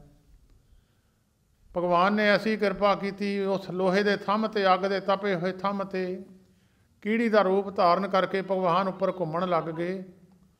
ਪ੍ਰਹਲਾਦ ਨੇ ਦੇਖਿਆ, ਕਹਿੰਦਾ ਕੀੜੀ ਨੂੰ ਸੇਕ ਨਹੀਂ ਲੱਗਦਾ ਤੇ ਮੈਨੂੰ ਵੀ ਨਹੀਂ ਲੱਗਣਾ। ਪ੍ਰਹਲਾਦ ਨੇ ਥੰਮ ਨੂੰ ਜੱਫੀ ਪਾਈ ਆ, ਥੰਮ ਦੇ ਵਿੱਚੋਂ ਭਗਵਾਨ ਨਿਕਲੇ ਆ। 84 ਲੱਖ ਜੂਨ ਤੋਂ ਵੱਖਰਾ ਇੱਕ ਸਰੀਰ ਪੈਦਾ ਕੀਤਾ। 84 ਲੱਖ ਜੂਨ ਦੇ ਵਿੱਚੋਂ ਉਹ ਸਰੀਰ ਨਹੀਂ ਸੀ, ਕਿਉਂਕਿ ਹਿਰਣਕਸ਼ਪ ਨੇ ਵਰ ਮੰਗਿਆ ਹੋਇਆ ਸੀ ਵੀ ਨਾ ਮੈਂ 84 ਲੱਖ ਤੇਰੀ ਜੂਨ ਤੋਂ ਕਿਸੇ ਤੋਂ ਵੀ ਮਰਾਂ। ਜਿਹਦਾ ਮੂੰਹ ਸ਼ੇਰ ਦਾ ਸੀ, ਥੱਲੇ ਜਿਹੜਾ ਥੱਲਾ ਸੀ, ਲੱਤਾਂ ਬੰਦੇ ਦੀਆਂ ਸਨ, ਔਰ ਜਿਹੜੇ ਹੱਥ ਸਨ ਉਹ ਸ਼ੇਰ ਦੇ ਸਨ, ਪੰਜੇ ਸ਼ੇਰ ਦੇ ਸਨ। ਉਹਨਾਂ ਪੰਜਿਆਂ ਨਾਲ ਹੀ ਹਿਰਣਕਸ਼ਪ ਨੂੰ ਮੌਤ ਦੇ ਘਾਟ ਉਤਾਰ ਦਿੱਤਾ। ਔਰ ਬਹੁਤ ਐਸੀ ਗਰਜਨਾ ਕੀਤੀ, ਸਾਰੀ ਦੁਨੀਆ, ਸਾਰਾ ਮਲਤਾਨ ਸ਼ਹਿਰ ਡਰ ਗਿਆ। ਉਹ ਕੇਵਲ ਤੇ ਕੇਵਲ ਪ੍ਰਹਲਾਦ ਨੂੰ ਹੀ ਚੱਟਦਾ ਸੀ, ਬਾਕੀ ਸਾਰਿਆਂ ਨੂੰ ਪੈਂਦਾ ਸੀ। ਜਿਹੜੇ ਦੇਵਤੇ ਸਨ ਉਹਨਾਂ ਨੇ ਕਿਹਾ ਪ੍ਰਹਲਾਦ ਨੂੰ ਅੱਗੇ ਕਰੋ। ਪ੍ਰਹਲਾਦ ਨੂੰ ਅੱਗੇ ਕੀਤਾ ਤਾਂ ਭਗਵਾਨ ਸ਼ਾਂਤ ਹੋਏ। ਉਸ ਵੇਲੇ ਹਰਨਾਕਸ਼ ਨੂੰ ਮਾਰਿਆ, ਜਿਹੜਾ ਦੁਨੀਆ ਨੂੰ ਤੰਗ ਕਰਦਾ ਸੀ। ਉਹ ਜਿਹੜਾ ਹੋਲੀ ਦਾ ਤਿਉਹਾਰ ਸੀ, ਗੁਰੂ ਗੋਬਿੰਦ ਸਿੰਘ ਸਾਹਿਬ ਮਹਾਰਾਜ ਨੇ ਆਪਣਿਆਂ ਸਿੱਖਾਂ ਨੂੰ ਕਿਹਾ, ਭਾਈ ਤੁਸੀਂ ਵੀ ਮਨਾਇਆ ਕਰੋ ਹੋਲੀ ਦਾ ਤਿਉਹਾਰ। ਬਹੁਤ ਦੁਨੀਆ, ਹਿੰਦੁਸਤਾਨ ਦੇ ਅੰਦਰ ਵੀ, ਬਾਹਰਲੇ ਮੁਲਕਾਂ ਵਿੱਚ ਵੀ ਇਸ ਤਿਉਹਾਰ ਨੂੰ ਬੜੀ ਧੂਮ-ਧਾਮ ਨਾਲ ਦੁਨੀਆ ਮਨਾਉਂਦੀ ਹੈ। ਦੇਵਤੇ ਤੇ ਰਾਖਸ਼ਾਂ ਦੀ ਲੜਾਈ ਹੈ, ਸੱਚ ਝੂਠ ਦੀ ਲੜਾਈ ਹੈ, ਨੇਕੀ ਬਦੀ ਦੀ ਲੜਾਈ ਹੈ। ਇਸ ਲੜਾਈ ਨੂੰ ਮੁੱਖ ਰੱਖ ਕੇ ਸਾਹਿਬ ਗੁਰੂ ਗੋਬਿੰਦ ਸਿੰਘ ਸਾਹਿਬ ਜੀ ਮਹਾਰਾਜ ਨੇ ਹੋਲਾ ਮਨਾਇਆ। ਉਸ ਹੋਲੇ ਵਿੱਚ 2 ਪਾਰਟੀਆਂ ਖੜੀਆਂ ਕਰ ਦੇਣੀਆਂ, ਦਵੱਲੇ ਦੋਨਾਂ ਦਾ ਮੁਕਾਬਲਾ ਕਰਾਉਣਾ, ਫਿਰ ਆਪ ਬੈਠ ਕੇ ਦੇਖਦੇ ਹੁੰਦੇ ਸਨ। ਸੰਤ ਮਹਾਰਾਜ ਜੀ ਹਰਖੋ ਵਾਲੀਏ ਵੀ ਅਨੰਦਪੁਰ ਸਾਹਿਬ ਹੋਲੇ ਮਹੱਲੇ 'ਤੇ ਜਾ ਕੇ ਚਰਨ ਗੰਗਾ ਜਿੱਥੇ ਵਗਦੀ ਹੈ, ਉਹ ਅਨੰਦਪੁਰ ਸਾਹਿਬ ਦੇ ਨਾਲ ਦੀ ਲੱਗ ਕੇ ਵਗਦੀ, ਉਹਨੂੰ ਚਰਨ ਗੰਗਾ ਤਾਂ ਕਹਿੰਦੇ। ਅਨੰਦਪੁਰ ਸਾਹਿਬ ਦੀ ਚਰਨ ਛੋਹ ਪ੍ਰਾਪਤ ਕਰਦੀ ਹੈ ਉਹ। ਉੱਥੇ ਸੰਤ ਮਹਾਰਾਜ ਹਰਖੋ ਵਾਲੀਏ ਫਿਰ ਚਾਦਰ ਵਿਛਾ ਕੇ ਆਪ ਬੈਠਿਆ ਕਰਦੇ ਸਨ, ਨਾਲ ਉਹਨਾਂ ਦੇ ਸੇਵਕ ਵੀ। ਅਤੇ ਫਿਰ ਉੱਥੇ ਜਿਹੜਾ ਨਿਹੰਗ ਸਿੰਘ ਆਪਣੇ ਕੌਤਕ ਕਰਦੇ ਸਨ, ਉਹਦਾ ਵੱਖਰਾ ਇਤਿਹਾਸ ਹੈ। ਸੰਤ ਮਹਾਰਾਜ ਹਰਖੋ ਵਾਲੀਆਂ ਦੇ ਸੇਵਕ ਬਾਬਾ ਸੰਤਾ ਸਿੰਘ ਜੀ, ਜਿਨ੍ਹਾਂ ਨੇ 70 ਸਾਲ ਉਹਨਾਂ ਦੇ ਹੁਕਮ ਵਿੱਚ ਰਹਿ ਕੇ ਅਨੰਦਪੁਰ ਸਾਹਿਬ ਸੇਵਾ ਕੀਤੀ ਹੈ, ਉਹਨਾਂ ਮਹਾਂਪੁਰਸ਼ਾਂ ਦੀ ਰਸਨਾ ਤੋਂ ਮੈਂ ਇਹ ਬਚਨ ਸੁਣਿਆ ਸੀ ਕਿ ਉਸ ਵੇਲੇ ਮੁਸਲਮਾਨ ਮੁਗਲਾਂ ਦਾ ਰਾਜ ਸੀ ਸਾਹਿਬ ਗੁਰੂ ਗੋਬਿੰਦ ਸਿੰਘ ਸਾਹਿਬ ਜੀ ਦੇ ਸਮੇਂ 'ਤੇ। ਅਤੇ ਹੁਸ਼ਿਆਰਪੁਰ ਜ਼ਿਲ੍ਹੇ ਦੇ ਅੰਦਰ ਇੱਕ ਬਜਵਾੜਾ, ਹੁਸ਼ਿਆਰਪੁਰ ਦੇ ਸ਼ਹਿਰ ਦੇ ਨਾਲ ਹੀ ਬਜਵਾੜਾ ਪਿੰਡ ਹੈ। ਉਸ ਬਜਵਾੜੇ ਪਿੰਡ ਦੀ ਲੜਕੀ ਇੱਕ ਕੰਢੀ ਦੇ ਇਲਾਕੇ ਵਿੱਚ ਇੱਕ ਜੇਜੋਂ ਪਿੰਡ ਹੈ, ਪਹਾੜ ਦੇ ਵਿੱਚ ਵਸਿਆ, ਪਹਾੜ ਦੇ ਪੈਰਾਂ ਵਿੱਚ ਵਸਿਆ ਹੋਇਆ ਹੈ। ਉੱਥੇ ਦਾ ਇੱਕ ਬ੍ਰਾਹਮਣ ਦੇਵੀ ਦਾਸ ਇੱਥੋਂ ਬਜਵਾੜੇ ਤੋਂ ਵਿਆਹ ਕੇ ਲੜਕੀ ਲੈ ਕੇ ਚੱਲਿਆ ਸੀ। ਰਸਤੇ ਵਿੱਚ ਮੁਸਲਮਾਨਾਂ ਦੇ ਵੱਡੇ ਵੱਡੇ ਨਗਰ ਸਨ, ਬਸੀਆਂ, ਜਿਨ੍ਹਾਂ ਦਾ ਬਸੀਆਂ ਕਰਕੇ ਸੱਦਦੇ ਹੈ, ਕਿੱਕਰਾਂ ਵਾਲੀ ਬਸੀ ਗੁਲਾਮ ਹੁਸੈਨ ਦੀ ਬਸੀ ਅਤੇ ਦੌਲਤ ਖਾਂ ਦੀ ਬਸੀ। ਉਹ ਬਸੀਆਂ ਸਾਰੀਆਂ ਮੁਸਲਮਾਨਾਂ ਦੇ ਗੜ੍ਹ ਸਨ। ਉਸ ਬਸੀ ਦਾ ਇੱਕ ਜਾਬਰ ਖਾਂ ਪਠਾਨ, ਜਿਹੜਾ ਵੀ ਕੋਈ ਲੜਕੀ ਲੈ ਕੇ ਵਿਆਹ ਕੇ ਲੈ ਕੇ ਜਾਂਦਾ ਸੀ, ਡੋਲਾ ਖੋਹ ਕੇ ਲੈ ਜਾਂਦਾ ਸੀ। ਇਹ ਦੇਵੀ ਦਾਸ ਦਾ ਡੋਲਾ ਖੋਹ ਕੇ ਉਹ ਜਾਬਰ ਖਾਂ ਆਪਣੇ ਘਰ ਨੂੰ ਲੈ ਗਿਆ। ਉਸ ਬ੍ਰਾਹਮਣ ਦੀ ਕਿਸੇ ਨੇ ਵੀ ਸੁਣੀ ਨਾ, ਪੁਕਾਰ ਸੁਣੀ ਨਾ, ਸਰਕਾਰੀ ਦਰਬਾਰੇ ਵੀ ਸੁਣੀ ਨਾ। ਉਹਨੂੰ ਫਿਰ ਕਿਸੇ ਨੇ ਕਿਹਾ, ਤੇਰੀ ਮਦਦ ਸਾਹਿਬ ਗੁਰੂ ਗੋਬਿੰਦ ਸਿੰਘ ਸਾਹਿਬ ਮਹਾਰਾਜ, ਜਿਹੜੇ ਦੁਖੀਆਂ ਦੇ ਦੁੱਖ ਦੂਰ ਕਰਨ ਵਾਸਤੇ ਹੀ ਅਵਤਾਰ ਜਿਨ੍ਹਾਂ ਦਾ ਹੋਇਆ ਹੈ, ਸੰਤਾਂ ਨੂੰ ਸੁਖੀ ਕਰਨ ਵਾਸਤੇ, ਦੁਸ਼ਟਾਂ ਨੂੰ ਮਾਰਨ ਵਾਸਤੇ ਉਹਨਾਂ ਦੀ ਡਿਊਟੀ ਸੰਸਾਰ ਵਿੱਚ ਲੱਗ ਕੇ ਆਈ ਹੈ, ਉਹਨਾਂ ਦੇ ਕੋਲ ਚਲਿਆ ਜਾ। ਉਹ ਦੇਵੀ ਦਾਸ ਫਿਰ ਅਨੰਦਪੁਰ ਸਾਹਿਬ ਦੀ ਧਰਤੀ 'ਤੇ ਸਾਹਿਬ ਗੁਰੂ ਗੋਬਿੰਦ ਸਿੰਘ ਸਾਹਿਬ ਮਹਾਰਾਜ ਦੇ ਚਰਨਾਂ ਵਿੱਚ ਪਹੁੰਚਿਆ। ਸਾਹਿਬ ਗੁਰੂ ਗੋਬਿੰਦ ਸਿੰਘ ਸਾਹਿਬ ਮਹਾਰਾਜ ਪ੍ਰਸ਼ਾਦਾ ਛਕਣ ਲੱਗੇ ਸੀ। ਉਸ ਦੀ ਪੁਕਾਰ ਨੂੰ ਸੁਣ ਕੇ ਸਾਹਿਬਾਂ ਨੇ ਪ੍ਰਸ਼ਾਦਾ ਛੱਡ ਦਿੱਤਾ। ਉਹ ਦੇਵੀਦਾਸ ਨੇ ਬੇਨਤੀ ਕੀਤੀ, ਮਹਾਰਾਜ ਮੇਰੇ ਨਾਲ ਇਹ ਵਾਧੀ ਹੋਈ ਹੈ, ਮੈਂ ਵਿਆਹ ਕੇ ਡੋਲਾ ਲੈ ਕੇ ਆਉਂਦਾ ਸੀ, ਰਸਤੇ ਵਿੱਚ ਜਾਬਰ ਖਾਂ ਨੇ ਖੋਹ ਲਿਆ। ਉਸ ਵੇਲੇ ਸਾਹਿਬਾਂ ਨੇ ਪ੍ਰਸ਼ਾਦਾ ਪਰੇ ਕਰਨ ਲੱਗੇ ਹੀ ਸੀ, ਬਾਬਾ ਅਜੀਤ ਸਿੰਘ ਜੀ ਉਹਨਾਂ ਦੇ ਵੱਡੇ ਸਾਹਿਬਜ਼ਾਦੇ ਉਹ ਆ ਕੇ ਖੜ੍ਹੇ ਹੋਏ। ਉਹਨਾਂ ਨੇ ਬੇਨਤੀ ਕੀਤੀ, ਮਹਾਰਾਜ ਤੁਸੀਂ ਪ੍ਰਸ਼ਾਦਾ ਛਕੋ। ਕਹਿਣ ਲੱਗੇ, ਕਾਕਾ ਇਹ ਤੇਰੇ ਮਾਮੇ ਦੀ ਕੁੜੀ ਲੱਗਦੀ ਹੈ ਜਿਹੜੀ ਖੋਹ ਕੇ ਲੈ ਗਏ ਆ। ਕਿਉਂਕਿ ਬਜਵਾੜੇ ਸਾਹਿਬ ਗੁਰੂ ਗੋਬਿੰਦ ਸਿੰਘ ਸਾਹਿਬ ਮਹਾਰਾਜ ਦੇ ਸਹੁਰੇ ਸਨ, ਮਾਤਾ ਸੁੰਦਰੀ ਜੀ ਦਾ ਪੇਕਾ ਘਰ ਉੱਥੇ ਹੈ, ਅੱਜ ਵੀ ਅਸਥਾਨ ਬਣਿਆ ਹੋਇਆ। ਇਸ ਬ੍ਰਾਹਮਣ ਦੀ ਮਦਦ ਕਰਨੀ ਹੈ, ਇਹਦੀ ਲੜਕੀ ਡੋਲਾ ਖੋਹ ਕੇ ਇਸ ਨੂੰ ਦੇਣਾ ਹੈ ਔਰ ਜਾਬਰ ਖਾਂ ਨੂੰ ਬੰਨ੍ਹ ਕੇ ਲੈ ਕੇ ਆਉਣਾ। 200 ਸਿੰਘਾਂ ਦਾ ਜਥਾ ਲੈ ਕੇ ਬਾਬਾ ਅਜੀਤ ਸਿੰਘ ਜੀ ਹੁਸ਼ਿਆਰਪੁਰ ਦੀ ਧਰਤੀ ਨੂੰ ਚੱਲੇ ਔਰ ਜਾ ਕੇ ਜਾਬਰ ਖਾਂ ਨੂੰ ਫੜਿਆ, ਉਹਦੇ ਕਿਲ੍ਹੇ ਨੂੰ ਘੇਰਾ ਪਾ ਕੇ ਫੜ ਲਿਆ। ਬਹੁਤ ਸਾਰੇ ਸਿੰਘ ਸ਼ਹੀਦ ਹੋਏ। ਇੱਕ ਲੜਕੀ ਦੀ ਖਾਤਰ ਕਿੰਨੇ ਕਿੰਨੇ ਕੀਮਤੀ ਸਿੰਘਾਂ ਦੀਆਂ ਜਾਨਾਂ ਗਈਆਂ। ਅੱਜ ਵੀ ਉਸ ਅਸਥਾਨ ਬਣੇ ਹੋਏ ਹਨ, ਉਹਨਾਂ ਅਸਥਾਨਾਂ ਦੀ ਬਹੁਤ ਮਾਨਤਾ ਹੈ। ਹਰੀਆਂ ਬੇਲਾ ਸਾਹਿਬ ਗੁਰੂ ਹਰ ਰਾਏ ਸਾਹਿਬ ਜੀ ਮਹਾਰਾਜ ਦਾ ਪਵਿੱਤਰ ਸਥਾਨ ਹੈ, ਨਿਹੰਗ ਸਿੰਘਾਂ ਦੇ ਕੋਲ ਹੈ। ਉੱਥੇ ਵੀ ਕੁਝ ਸ਼ਹੀਦਾਂ ਸਿੰਘਾਂ ਦੇ ਸਥਾਨ ਬਣੇ ਆ। ਇਹਨਾਂ ਦੇ ਵਿੱਚੋਂ ਅੱਗੇ ਆ ਕੇ ਮਾਲਪੁਰ ਦੀ ਧਰਤੀ 'ਤੇ ਉਹਨਾਂ ਸ਼ਹੀਦਾਂ ਦੇ ਵਿੱਚੋਂ ਕੁਝ ਸ਼ਹੀਦ ਉੱਥੇ ਸ਼ਹਾਦਤ ਪ੍ਰਾਪਤ ਕੀਤੀ। ਬਾਬਾ ਅਜੀਤ ਸਿੰਘ ਜੀ ਨੇ ਲੱਕੜੀਆਂ ਇਕੱਠੀਆਂ ਕਰਕੇ ਉਸ ਜਗ੍ਹਾ 'ਤੇ ਉਹਨਾਂ ਸਿੰਘਾਂ ਦਾ ਸੰਸਕਾਰ ਕਰਕੇ ਉੱਥੇ ਅਸਥਾਨ ਅੱਜ ਵੀ ਬਣਿਆ ਹੋਇਆ। ਉਹ ਤੋਂ ਬਾਅਦ ਗੜ੍ਹਸ਼ੰਕਰ ਦੇ ਨੇੜੇ ਅਕਾਲਗੜ੍ਹ ਪਿੰਡ ਹੈ, ਉੱਥੇ ਵੀ ਸਿੰਘ ਸ਼ਹੀਦ ਹੋਏ। ਔਰ ਇੱਕ ਪਾਸੇ ਵੱਡੋਂ ਪਿੰਡ ਹੈ, ਰਾਜਪੂਤਾਂ ਦਾ ਪਿੰਡ ਹੈ, ਉੱਥੇ ਵੀ ਕੁਝ ਸਿੰਘ ਸ਼ਹੀਦ ਹੋਏ। ਇਹ ਜਿਹੜੇ ਰਸਤੇ ਵਿੱਚ ਜ਼ਿਆਦਾ ਸਿੰਘ ਫੱਟੜ ਹੋ ਗਏ ਸਨ, ਰਸਤੇ ਵਿੱਚ ਸ਼ਹੀਦੀ ਪਾਉਂਦੇ ਗਏ।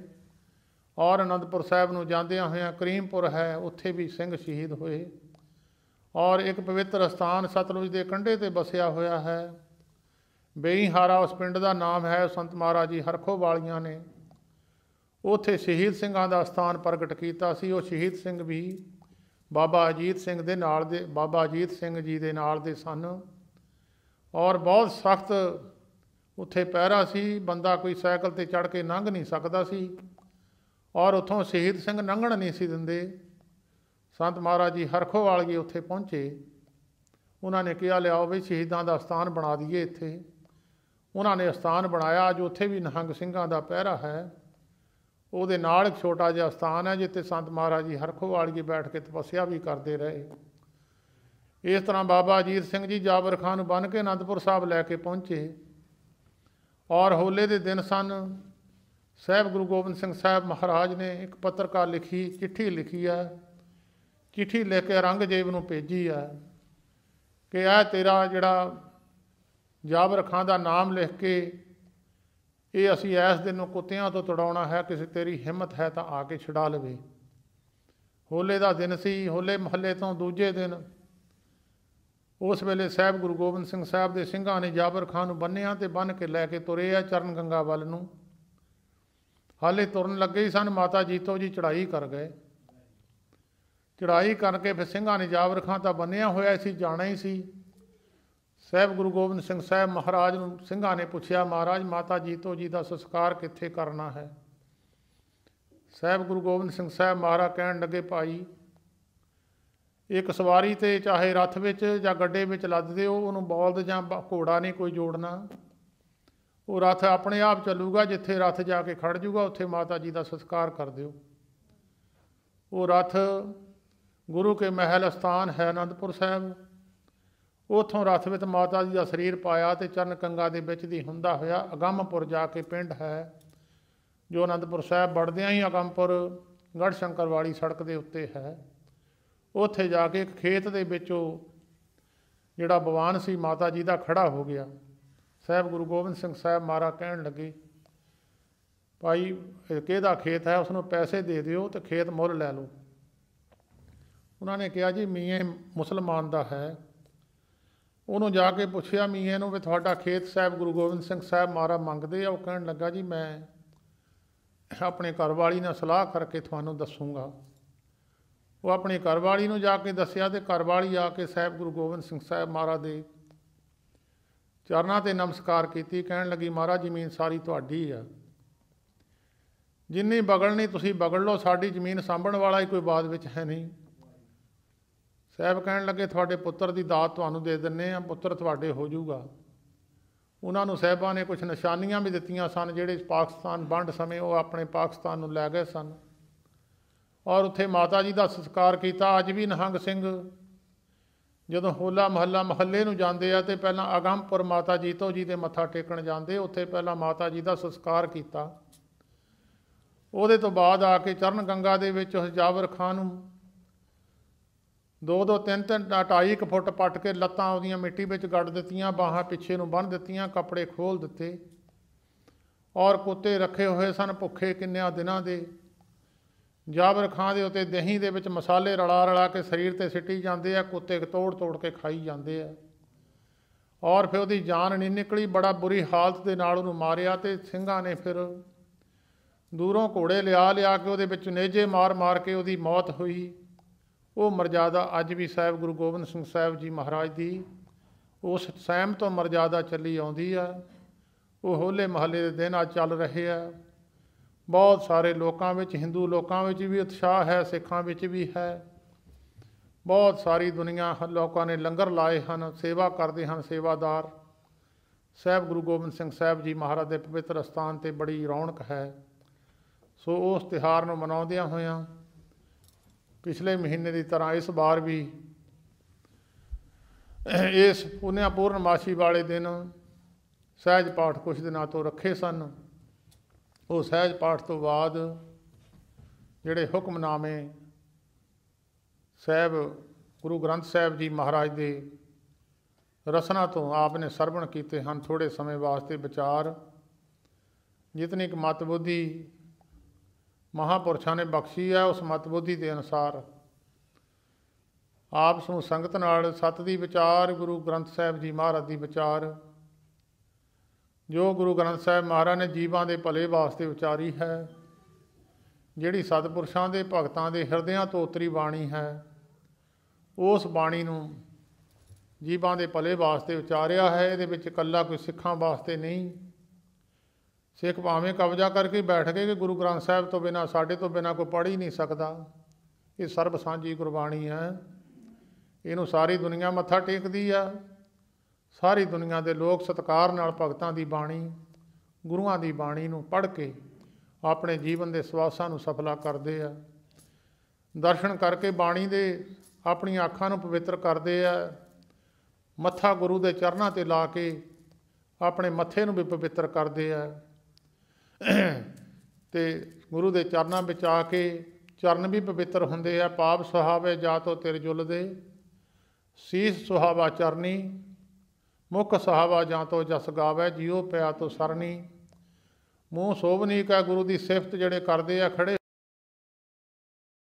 उन्हां दा मूँह शोभनीक है। जिहड़ा मत्था गुरु के चरणों में जाके डिगदा है, वो मत्था भी शोभनीक है।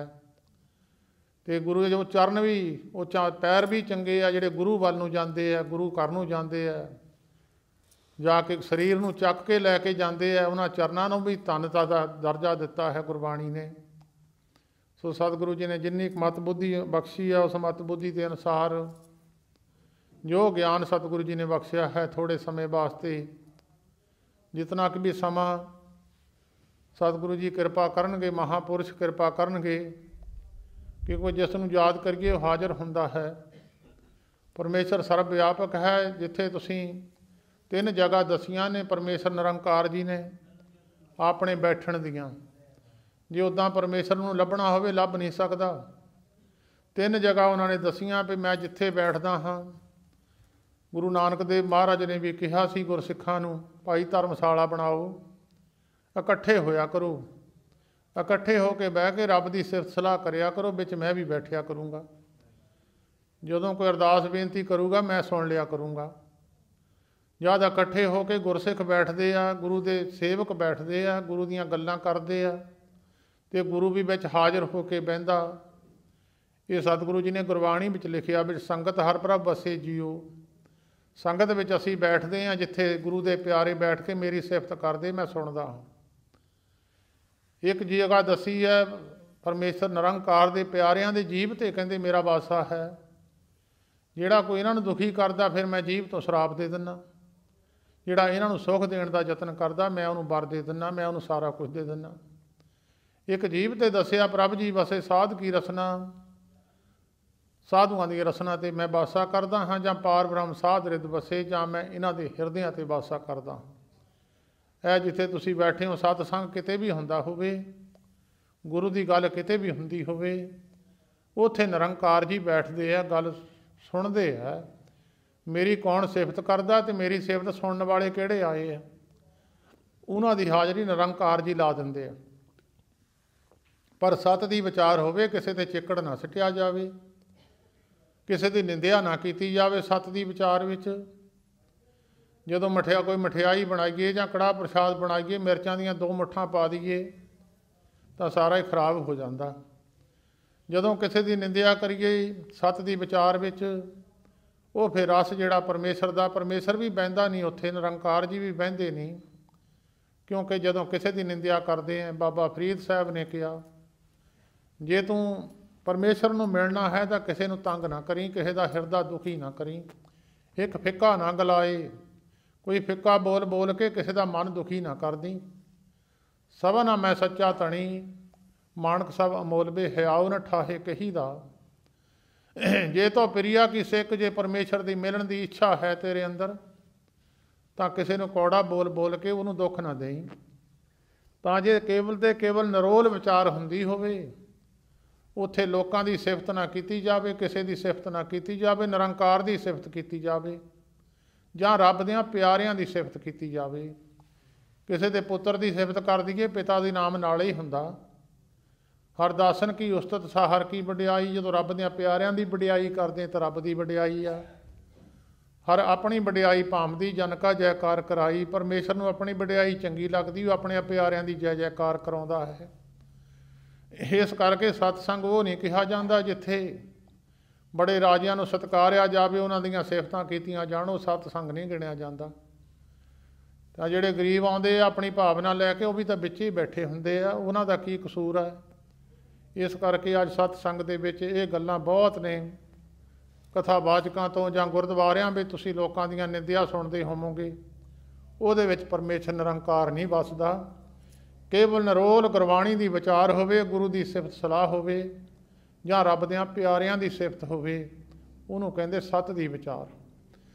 ਤਾਂ ਸਤਿਗੁਰੂ ਤੀਜੇ ਪਾਤਸ਼ਾਹ ਗੁਰੂ ਅਮਰਦਾਸ ਮਹਾਰਾਜ, ਬਹੁਤ ਵੱਡੀ ਕਾਲਣਾ ਕਾਲੀ ਹੈ ਗੁਰੂ ਅਮਰਦਾਸ ਮਹਾਰਾਜ ਨੇ। ਤੁਹਾਡੇ ਵਿੱਚ 60 ਸਾਲ ਦੇ ਬਹੁਤ ਸਾਰੇ ਬੈਠੇ ਹੋਣਗੇ, 60 ਸਾਲ ਦੀ ਉਮਰ ਦੇ, ਕਈ 60 ਤੋਂ ਵੱਧ ਬੈਠੇ ਹੋਣਗੇ। ਜਿਹੜੇ 72 ਸਾਲ ਤੋਂ ਥੱਲੇ ਆ, 60 ਤੋਂ ਉੱਤੇ ਆ, ਉਹ ਆਪਣੇ ਸਰੀਰ ਦੇ ਬਲ ਨਿਗਾਹ ਮਾਰੋ, ਉਹਨਾਂ ਦੇ ਵਿੱਚ ਕਿੰਨਾ ਕੁ ਬਲ ਹੈ। ਉਹ ਸੇਵਾ ਕਰ ਸਕਦੇ ਆ ਕਿ ਕਰਾਉਣ ਵਾਲੇ ਆ।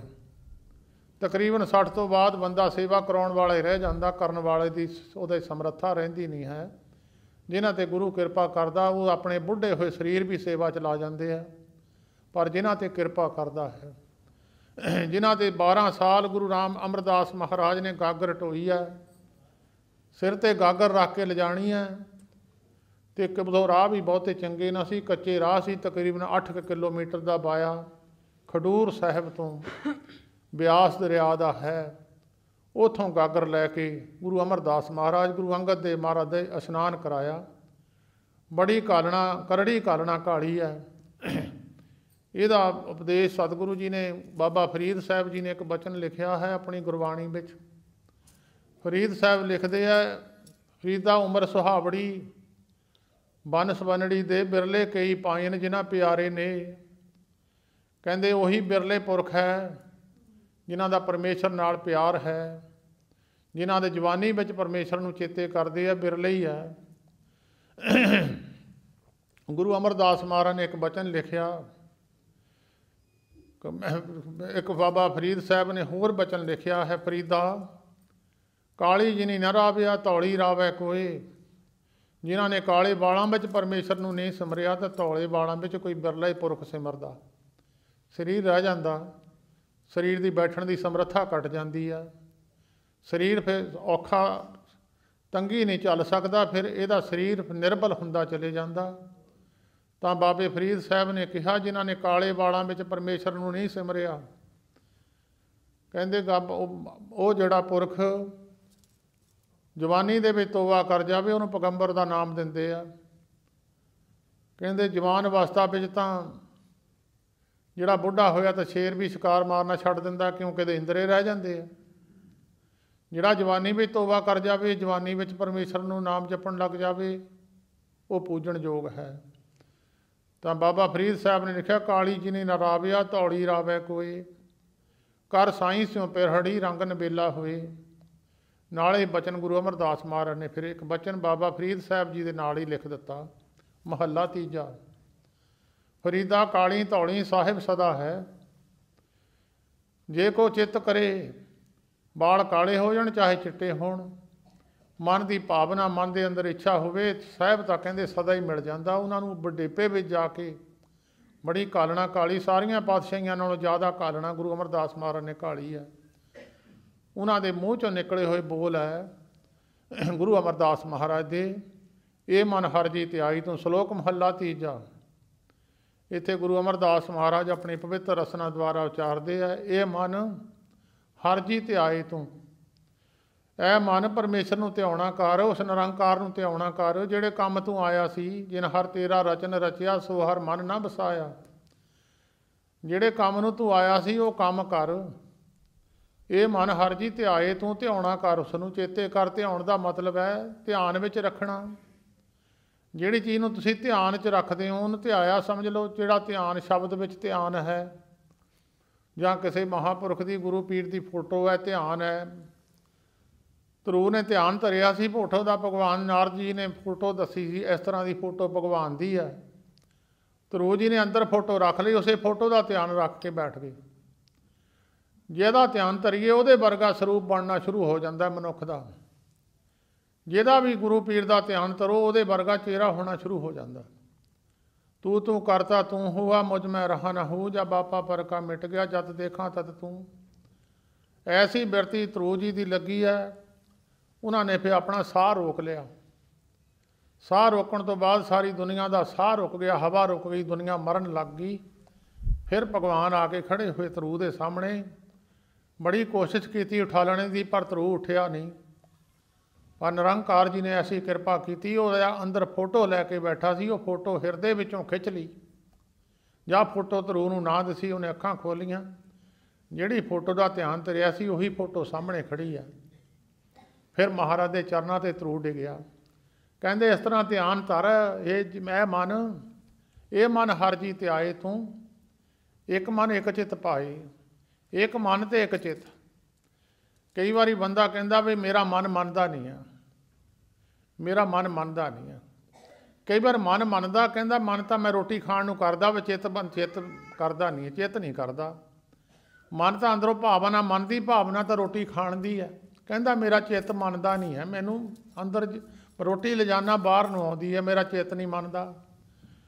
ਉਹ ਫਿਰ ਪ੍ਰਮਾਣ ਦਿੱਤਾ ਗੁਰੂ ਤੇਗ ਬਹਾਦਰ ਸਾਹਿਬ ਜੀ ਨੇ, ਸੁਆਮੀ ਕੋ ਗ੍ਰਹਿ ਜਿਉ ਸਦਾ ਸਵਾਨ ਤਾਜਤ ਨੇ ਨਿਤ, ਨਾਨਕ ਇਹ ਬਿਧ ਹਰ ਭਜੋ ਇੱਕ ਮਨ ਹੋਏ ਇੱਕ ਚਿੱਤ। ਜਿੱਦਾਂ ਕੁੱਤਾ ਮਾਲਕ ਦੇ ਦਰ ਨੂੰ ਛੱਡਦਾ ਨਹੀਂ ਹੈ, 10 ਦਿਨ ਰੋਟੀ ਨਾ ਪਾਓ ਤਾਂ ਵੀ ਨਹੀਂ ਛੱਡਦਾ। ਕਿੰਨੀ ਤਕਲੀਫ ਹੋਵੇ ਕੁੱਤੇ ਨੂੰ, ਉਹਨੂੰ ਮਾਲਕ ਚਾਹੇ ਜਿੱਥੇ ਮਰਜੀ ਢੇਰਾਂ 'ਤੇ ਸੌਂਦਾ ਵਿਚਾਰਾ, ਉਹ ਫਿਰ ਵੀ ਉਹਨੂੰ ਮਾਰ ਕੁੱਟ ਵੀ ਦਿੰਦਾ, ਪਰ ਫਿਰ ਵੀ ਉਹਨੂੰ ਬਾਅਦ ਜਦੋਂ ਮਾਰੇ ਪੂਛ ਹਿਲਾ ਕੇ ਫਿਰ ਪੈਰਾਂ 'ਤੇ ਆ ਕੇ ਡਿੱਗ ਜਾਂਦਾ। ਬੜਾ ਸਿਫਤ ਦੱਸੀ ਹੈ ਕੁੱਤੇ ਦੀ। ਭਾਵੇਂ ਕੁੱਤੇ ਦਾ ਜਨਮ ਮਾੜਾ ਲਿਖਿਆ, ਪਰ ਗੁਣ ਬਹੁਤ ਵੱਡਾ ਲਿਖਿਆ ਉਹਦੇ ਵਿੱਚ। ਇੱਕ ਮਨ ਇੱਕ ਚਿੱਤ ਪਾਏ। ਇਸ ਤਰ੍ਹਾਂ ਜਿੱਦਾਂ ਕੁੱਤਾ ਮਾਲਕ ਦੇ ਦਰ 'ਤੇ ਡਿੱਗਦਾ ਹੈ, ਉਹਦੇ 'ਤੇ ਕੋਈ ਦੋਸ਼ ਨਹੀਂ ਲਾਉਂਦਾ, ਮਾਲਕ ਨੂੰ ਮਾੜਾ ਨਹੀਂ ਕਹਿੰਦਾ। ਮਾਲਕ ਨੂੰ ਨਹੀਂ ਤਾਂ ਸਕਾ ਧੀ ਪੁੱਤਰ ਹੈ, ਉਹਨੂੰ ਰੋਟੀ ਨਾ ਦੇਈਏ ਤਾਂ ਘਰ ਛੱਡ ਕੇ ਚਲੇ ਜਾਂਦਾ। ਉਹਨੂੰ ਕੱਪੜਾ ਲੀੜਾ ਨਾ ਦੇਈਏ, ਘਰ ਛੱਡ ਕੇ ਚਲੇ ਜਾਂਦਾ।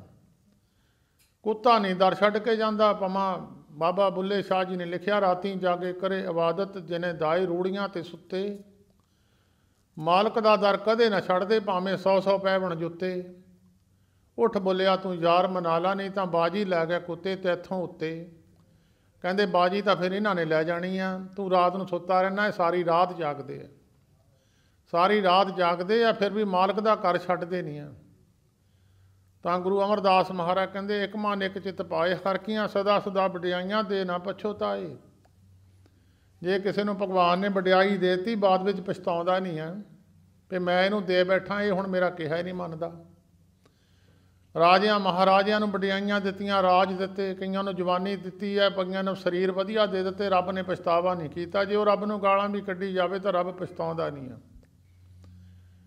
ਜਿੰਨੇ ਅਮੀਰ ਲੋਕ ਹੈ ਵੱਧ ਤੋਂ ਵੱਧ ਜਿਨ੍ਹਾਂ 'ਤੇ ਕਿਰਪਾ ਹੁੰਦੀ ਆ ਉਹ ਰੱਬ ਨੂੰ ਧਿਆਉਂਦੇ ਆ ਬਹੁਤ। ਜਿਨ੍ਹਾਂ 'ਤੇ ਕਿਰਪਾ ਕੀ, ਅਮੀਰ ਲੋਕ ਵੀ ਬੜੇ ਸ਼ਰਧਾਵਾਨ ਹੈ। ਇਹ ਨਹੀਂ ਗੱਲ ਕਹੀ ਜਾਂਦੀ ਅਮੀਰੀ ਵਿੱਚ ਪਰਮੇਸ਼ਰ ਭੁੱਲ ਜਾਂਦਾ।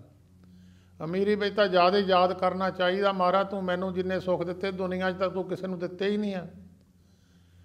ਅਮੀਰ ਵੀ ਬਹੁਤ ਯਾਦ ਕਰਦੇ, ਇਹ ਨਹੀਂ ਕਿ ਅਮੀਰ ਯਾਦ ਨਹੀਂ ਕਰਦੇ, ਭੁੱਲ ਜਾਂਦੇ, ਨਹੀਂ। ਜਿਨ੍ਹਾਂ 'ਤੇ ਕਿਰਪਾ ਹੁੰਦੀ ਉਹ ਨਹੀਂ ਭੁੱਲਦੇ। ਕਹਿੰਦੇ ਤੇ ਹਰ ਉਹ ਜਦੋਂ ਪਰਮੇਸ਼ਰ ਵਡਿਆਈ ਸਭ ਕੁਝ ਦੇ ਦਿੰਦਾ, ਧਨ ਦੌਲਤ ਦੇ ਦਿੰਦਾ, ਸਾਰੇ ਸੁੱਖ ਦੇ ਦਿੰਦਾ, ਫਿਰ ਜੇ ਮਨੁੱਖ ਚੇਤੇ ਨਹੀਂ ਕਰਦਾ ਤਾਂ ਉਹ ਪਛਤਾਵਾ ਨਹੀਂ ਕਰਦਾ ਵੀ ਮੈਂ ਇਹਨੂੰ ਇਹ ਵੀ ਦੇ ਦਿੱਤਾ। ਮਾਤਾ ਸੁਲੱਖਣੀ ਨੇ ਇੱਕ ਪੁੱਤ ਦੀ ਮੰਗ ਰੱਖੀ ਛੇਵੇਂ ਪਾਤਸ਼ਾਹ ਜੀ ਦੇ ਕੋਲ। ਸਾਹਿਬ ਘੋੜੇ 'ਤੇ ਬੈਠੇ ਹੀ ਜਦੋਂ ਸਾਹਿਬਾਂ ਨੇ ਜਵਾਬ ਦੇ ਦਿੱਤਾ ਮਾਤਾ ਨੂੰ, ਮਾਤਾ ਰੋਣ ਲੱਗ ਗਈ। ਮਹਾਰਾਜ ਕਹਿੰਦੇ ਮਾਤਾ ਤੇਰੇ ਕਰਮਾਂ 'ਚ ਨਹੀਂ ਲਿਖਿਆ ਹੋਇਆ। ਮਾਤਾ ਰੋਣ ਲੱਗ ਗਈ। ਭਾਈ ਗੁਰਦਾਸ ਜੀ ਪੁੱਛਣ ਲੱਗੇ ਮਾਤਾ ਕੀ ਗੱਲ ਹੋਈ ਆ, ਤੂੰ ਕਿਉਂ ਰੋਨੀ? ਇੱਥੋਂ ਤਾਂ ਸਾਰੇ ਹੱਸਦੇ ਜਾਂਦੇ ਆ। ਇਹ ਗੁਰੂ ਨਾਨਕ ਦਾ ਦਰਬਾਰ ਹੈ, ਜਿਹੜਾ ਇੱਥੇ ਰੋਂਦਾ ਆਉਂਦਾ ਹੱਸਦਾ ਹੀ ਜਾਂਦਾ।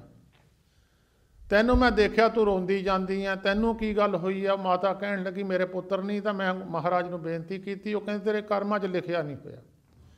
ਕਹਿੰਦੇ ਮਾਤਾ ਇਹ ਕਿਹੜੀ ਵੱਡੀ ਗੱਲ ਹੈ, ਹੁਣ ਅਸੀਂ ਫਲਾਣੇ ਪਾਸੇ ਦੀ ਲੰਘਣਾ, ਰਸਤਾ ਦੱਸ ਦਿੱਤਾ ਭਾਈ ਗੁਰਦਾਸ ਜੀ ਨੇ, ਉੱਧਰੋਂ ਅਸੀਂ ਲੰਘਣਾ, ਹੁਣ ਉੱਥੇ ਰਸਤੇ 'ਚ ਕਲਮ ਦਬਾਤ ਲੈ ਕੇ ਖੜੀ ਹੋ ਜਾ। ਜਦੋਂ ਮਹਾਰਾਜ ਕਹੂਗੇ ਤੇਰੇ ਕਰਮਾਂ 'ਚ ਨਹੀਂ ਤੋਂ ਕਿ ਮਹਾਰਾਜ ਉੱਥੇ ਤੁਸੀਂ ਲਿਖਣਾ ਸੀ, ਨਹੀਂ ਲਿਖਿਆ, ਹੁਣ ਲਿਖ ਦਿਓ। ਉਹ ਮਾਤਾ ਫਿਰ ਕਲਮ ਦਬਾਤ ਲੈ ਕੇ ਉੱਥੇ ਖੜੀ ਹੋ ਗਈ। ਗੁਰੂ ਹਰਗੋਬਿੰਦ ਸਾਹਿਬ ਮਹਾਰਾਜ ਚੱਬੇ ਪਿੰਡ ਦੀ ਮਾਤਾ ਸੀ, ਜਿੱਥੇ ਬਾਬਾ ਦੀਪ ਸਿੰਘ ਜੀ ਦਾ ਸੀਸ ਕੱਟਿਆ ਉੱਥੇ ਸਥਾਨ ਹੈ, ਉਸ ਪਿੰਡ ਦੀ ਮਾਤਾ ਸੀ ਮਾਤਾ ਸੁਲੱਖਣੀ। ਛੇਵੇਂ ਪਾਤਸ਼ਾਹ ਗੁਰੂ ਹਰਗੋਬਿੰਦ ਸਾਹਿਬ ਮਹਾਰਾਜ ਦੇ ਘੋੜੇ ਦੀਆਂ ਬਾਗਾਂ ਫੜ ਲਈਆਂ। ਸਾਹਿਬ ਕਹਿਣ ਲੱਗੇ ਮਾਤਾ ਤੈਨੂੰ ਅਸੀਂ ਕਿਹਾ ਤੇਰੇ ਕਰਮਾਂ ਵਿੱਚ ਪੁੱਤ ਲਿਖਿਆ ਨਹੀਂ ਹੋਇਆ। ਕਹਿੰਦੀ ਮਹਾਰਾਜ ਜੇ ਅੱਗੇ ਭੁਲੇਖਾ ਲੱਗ ਗਿਆ, ਚੇਤਾ ਭੁੱਲ ਗਿਆ, ਹੁਣ ਲਿਖ ਦਿਓ। ਕਲਮ ਦਵਾਤ ਸਾਹਮਣੇ ਕੀਤੀ। ਸਾਹਿਬ ਕਲਮ ਦਵਾਤ ਫੜ ਕੇ ਕਾਗਜ਼ ਫੜਿਆ, ਕਾਗਜ਼ 'ਤੇ ਲਿਖਣ ਲੱਗੇ। ਇੱਕ ਪੰਜਾਬੀ ਦੇ ਅੱਖਰ ਹੈ, ਜੇ ਉਹਨੂੰ ਖੱਬੇ ਪਾਸੇ ਨੂੰ ਥੱਲੇ ਦਾ ਪਾਸਾ ਮੋੜ ਦਈਏ ਤਾਂ ਸੱਤਾ ਬਣ ਜਾਂਦਾ, ਜੇ ਉਹਨੂੰ ਸੱਜੇ ਪਾਸੇ ਨੂੰ ਥੱਲੇ ਦੀ ਲਾਮ ਮੋੜ ਦਈਏ ਤਾਂ ਏਕਾ ਬਣ ਜਾਂਦਾ। ਜਦ ਇੱਕ ਉਹ ਓਂਕਾਰ ਲਿਖਦੇ ਆ, ਉਹ ਅੱਖਰ ਜਿਹੜਾ ਏਕਾ ਲਿਖਿਆ ਹੋਇਆ ਉਹਦੀ ਸੱਜੇ ਪਾਸੇ ਨੂੰ ਉਹਦਾ ਥੱਲਾ ਮੋੜਿਆ ਹੋਇਆ, ਉਹਦੀ ਥੱਲੇ ਦੀ ਮੁਖੀ ਜਿਹੜੀ ਆ ਸੱਜੇ ਪਾਸੇ ਨੂੰ ਆ। ਸਾਹਿਬ ਗੁਰੂ ਹਰਗੋਬਿੰਦ ਸਾਹਿਬ ਮਹਾਰਾਜ ਇੱਕ ਲਿਖਣ ਲੱਗੇ ਆ, ਮਾੜਾ ਜਿਹਾ ਘੋੜੇ ਨੇ ਲੱਤ ਚੱਕੀ, ਉਹ ਜਿਹੜੀ ਲਾਮ ਸੀ ਇੱਧਰ ਨੂੰ ਨਹੀਂ ਮੁੜੀ, ਦੂਜੇ ਪਾਸੇ ਨੂੰ ਮੁੜ ਗਈ। ਕਹਿੰਦੇ ਮਾਤਾ 7 ਲਿਖ ਹੋ ਗਏ ਆ। ਮਹਾਰਾਜ ਪਛਤਾਏ ਨਹੀਂ, 7 ਕਿਉਂ ਨਹੀਂ? ਮਾਤਾ ਨੂੰ ਕਹਿਣ ਲੱਗੇ ਸਾਨੂੰ ਕਿਹੜਾ ਦੇਣਾ। ਮਾਤਾ ਮੰਨੀ ਨਹੀਂ ਦੇਣ ਵਾਸਤੇ ਸਾਰੇ। ਕਹਿੰਦੀ ਮਹਾਰਾਜ ਜੱਟ ਦੇ ਤਾਂ ਕੋਈ ਵੀ ਵਿਹਲਾ ਨਹੀਂ ਹੈ। ਮਹਾਰਾਜ ਪਛਤਾਵਾ ਨਹੀਂ ਕੀਤਾ ਵੀ ਮਾਈ ਨੂੰ ਮੈਂ ਪੁੱਤ ਸੇ ਇੱਕ ਮੰਗਦੀ 7 ਦੇ ਤੇ, ਪਛਤਾਵਾ ਨਹੀਂ ਕੀਤਾ, ਦੇਤਾ ਦੇਤਾ। ਇਹ ਪਰਮੇਸ਼ਰ ਜਿਹਨੂੰ ਵਡਿਆਈ ਦਿੰਦਾ, ਭਾਵੇਂ ਉਹ ਮਗਰੋਂ ਕੁਛ ਜਾਣੇ ਜਾਂ ਨਾ ਜਾਣੇ। ਮਾਤਾ ਨੇ ਪੁੱਤ ਇੱਕ ਵੀ ਨਹੀਂ ਦਿੱਤਾ, ਪਰ ਛੇਵੇਂ ਪਾਤਸ਼ਾਹ ਕਹਿੰਦੇ ਮਾਤਾ ਬੜਾ ਲਾਲਚ ਕੀਤਾ ਤੂੰ। ਕਹਿੰਦੇ ਚੱਲ ਇੱਕ ਸਾਡਾ ਹੀ ਰਹੂਗਾ, ਜੇ ਤੂੰ ਨਹੀਂ ਦਿੱਤਾ ਤਾਂ ਸਾਡਾ ਤੇ ਇੱਕ ਫਿਰ ਤੇਰੇ ਪਰਿਵਾਰ 'ਚ ਰਹੂਗਾ ਹੀ। ਅੱਜ ਵੀ ਉਸ ਮਾਤਾ ਦੇ ਪਰਿਵਾਰ ਵਿੱਚ ਇੱਕ ਨਾ ਪੁਰਖ ਤਾਂ ਕੱਦਾ ਮਸਤਾਨੀ ਬਿਰਤੀ ਵਿੱਚ ਹੀ ਰਹਿੰਦਾ, ਹੁਣ ਵੀ ਉਹਨਾਂ ਦੇ ਪਰਿਵਾਰ ਵਿੱਚ ਇੱਕ ਰਹਿੰਦਾ ਹੀ ਹੈ ਛੇਵੇਂ ਪਾਤਸ਼ਾਹ ਜੀ ਗੁਰੂ ਹਰਗੋਬਿੰਦ ਸਾਹਿਬ ਜੀ ਮਹਾਰਾਜ ਦੇ ਬਚਨ ਮੁਤਾਬਕ। ਹਰੀ ਪਰਮੇਸ਼ਰ ਨਿਰੰਕਾਰ ਵਡਿਆਈਆਂ ਦਿੰਦਾ, ਜੇ ਨਾ ਵੀ ਚੇਤੇ ਕਰੇ ਤਾਂ ਉਹ ਤੋਂ ਖੋਹਦਾ ਥੋੜੋ ਆਓ ਨਾ। ਉਹ ਪਛਤਾਵਾ ਹੀ ਕਰਦਾ ਵੀ ਇਹਨੇ ਮੈਨੂੰ ਚੇਤੇ ਨਹੀਂ ਕੀਤਾ, ਮੈਂ ਇਹ ਵੀ ਦੇਤਾ ਇਹਨੂੰ ਸਾਰਾ ਕੁਛ, ਪਛਤਾਵਾ ਨਹੀਂ ਕਰਦਾ। ਆਮ ਦੁਨੀਆ ਦੇ ਲੋਕ, ਰਾਜੇ ਲੋਕ ਵੀ ਪਛਤਾਵਾ ਕਰਦੇ ਆ। ਰਾਜੇ ਕਈ ਵਾਰੀ ਪਰਜਾ ਨੂੰ ਸੁੱਖ ਦੇ ਦਿੰਦੇ ਆ, ਜਾਂ ਪਰਜਾ ਮੂਹਰੇ ਖੜੀ ਹੁੰਦੀ ਆ ਤਾਂ ਰਾਜੇ ਕਹਿੰਦੇ ਵੀ ਅਸੀਂ ਤੁਹਾਨੂੰ ਆਹ ਦਿੱਤਾ ਸੀ, ਰਾਜੇ ਪਛਤਾਵਾ ਕਰਦੇ ਆ। ਆਮ ਲੋਕ ਵੀ ਪਛਤਾਵਾ ਕਰਦੇ। ਕਿਸੇ ਰਿਸ਼ਤੇਦਾਰ ਦੀ ਮਦਦ ਕਰ ਦਿਓ, ਜੋ ਰਿਸ਼ਤੇਦਾਰ ਜਾਣੇ ਨਾ ਤਾਂ ਫਿਰ ਮਗਰ 20 ਬੰਦਿਆਂ ਕੋਲ ਗੱਲਾਂ ਕਰਦੇ, ਪਛਤਾਵਾ ਕਰਦੇ ਆ, ਮੈਂ ਦੀ ਇੱਥੇ ਮਦਦ ਕੀਤੀ ਹੈ, ਉੱਥੇ ਮਦਦ ਕੀਤੀ ਹੈ, ਉੱਥੇ ਮੈਂ ਇਹਨੂੰ ਪੈਸੇ ਦਿੱਤੇ। ਨਹੀਂ, ਇੱਕ ਗੱਲ ਕਹਿੰਦਾ ਤੇ ਭਗਵਾਨ ਨਹੀਂ ਕਹਿੰਦਾ, ਨਿਰੰਕਾਰ ਨਹੀਂ ਕਹਿੰਦਾ, ਪਰਮੇਸ਼ਰ ਕਿਸੇ ਨੂੰ ਨਹੀਂ ਕਹਿੰਦਾ ਮੈਂ ਤੈਨੂੰ ਫਲਾਣੇ ਜਗ੍ਹਾ, ਤੈਨੂੰ ਮੈਂ ਗਰਭ ਜੋਨੀ 'ਚੋਂ ਬਚਾਇਆ, ਪਰ ਜੋਬਨ ਭੋਜਨ ਸੁਖ ਸੂਦ, ਮੈਂ ਤੈਨੂੰ ਜਵਾਨੀ 'ਚ ਸੁੱਖ ਦਿੱਤੇ ਆ। ਬਿਰਧ ਹੋਏ ਬੈਠੇ ਨੂੰ, ਤੈਨੂੰ ਉੱਤੇ ਬੈਠੇ ਨੂੰ ਨਿਆਣੇ ਆ ਕੇ ਰੋਟੀ ਖਾਣ ਨੂੰ ਦਿੰਦੇ ਆ ਬੈਠੇ ਨੂੰ, ਉਹ ਵੀ ਭਗਵਾਨ ਨੇ ਉਹਨੂੰ ਚਿਤਾਰਿਆ ਨਹੀਂ ਮੈਂ ਤੈਨੂੰ ਆਹ ਦਿੱਤਾ। ਨਹੀਂ, ਉਹ ਪਛਤਾਵਾ ਕਰਦਾ ਨਹੀਂ।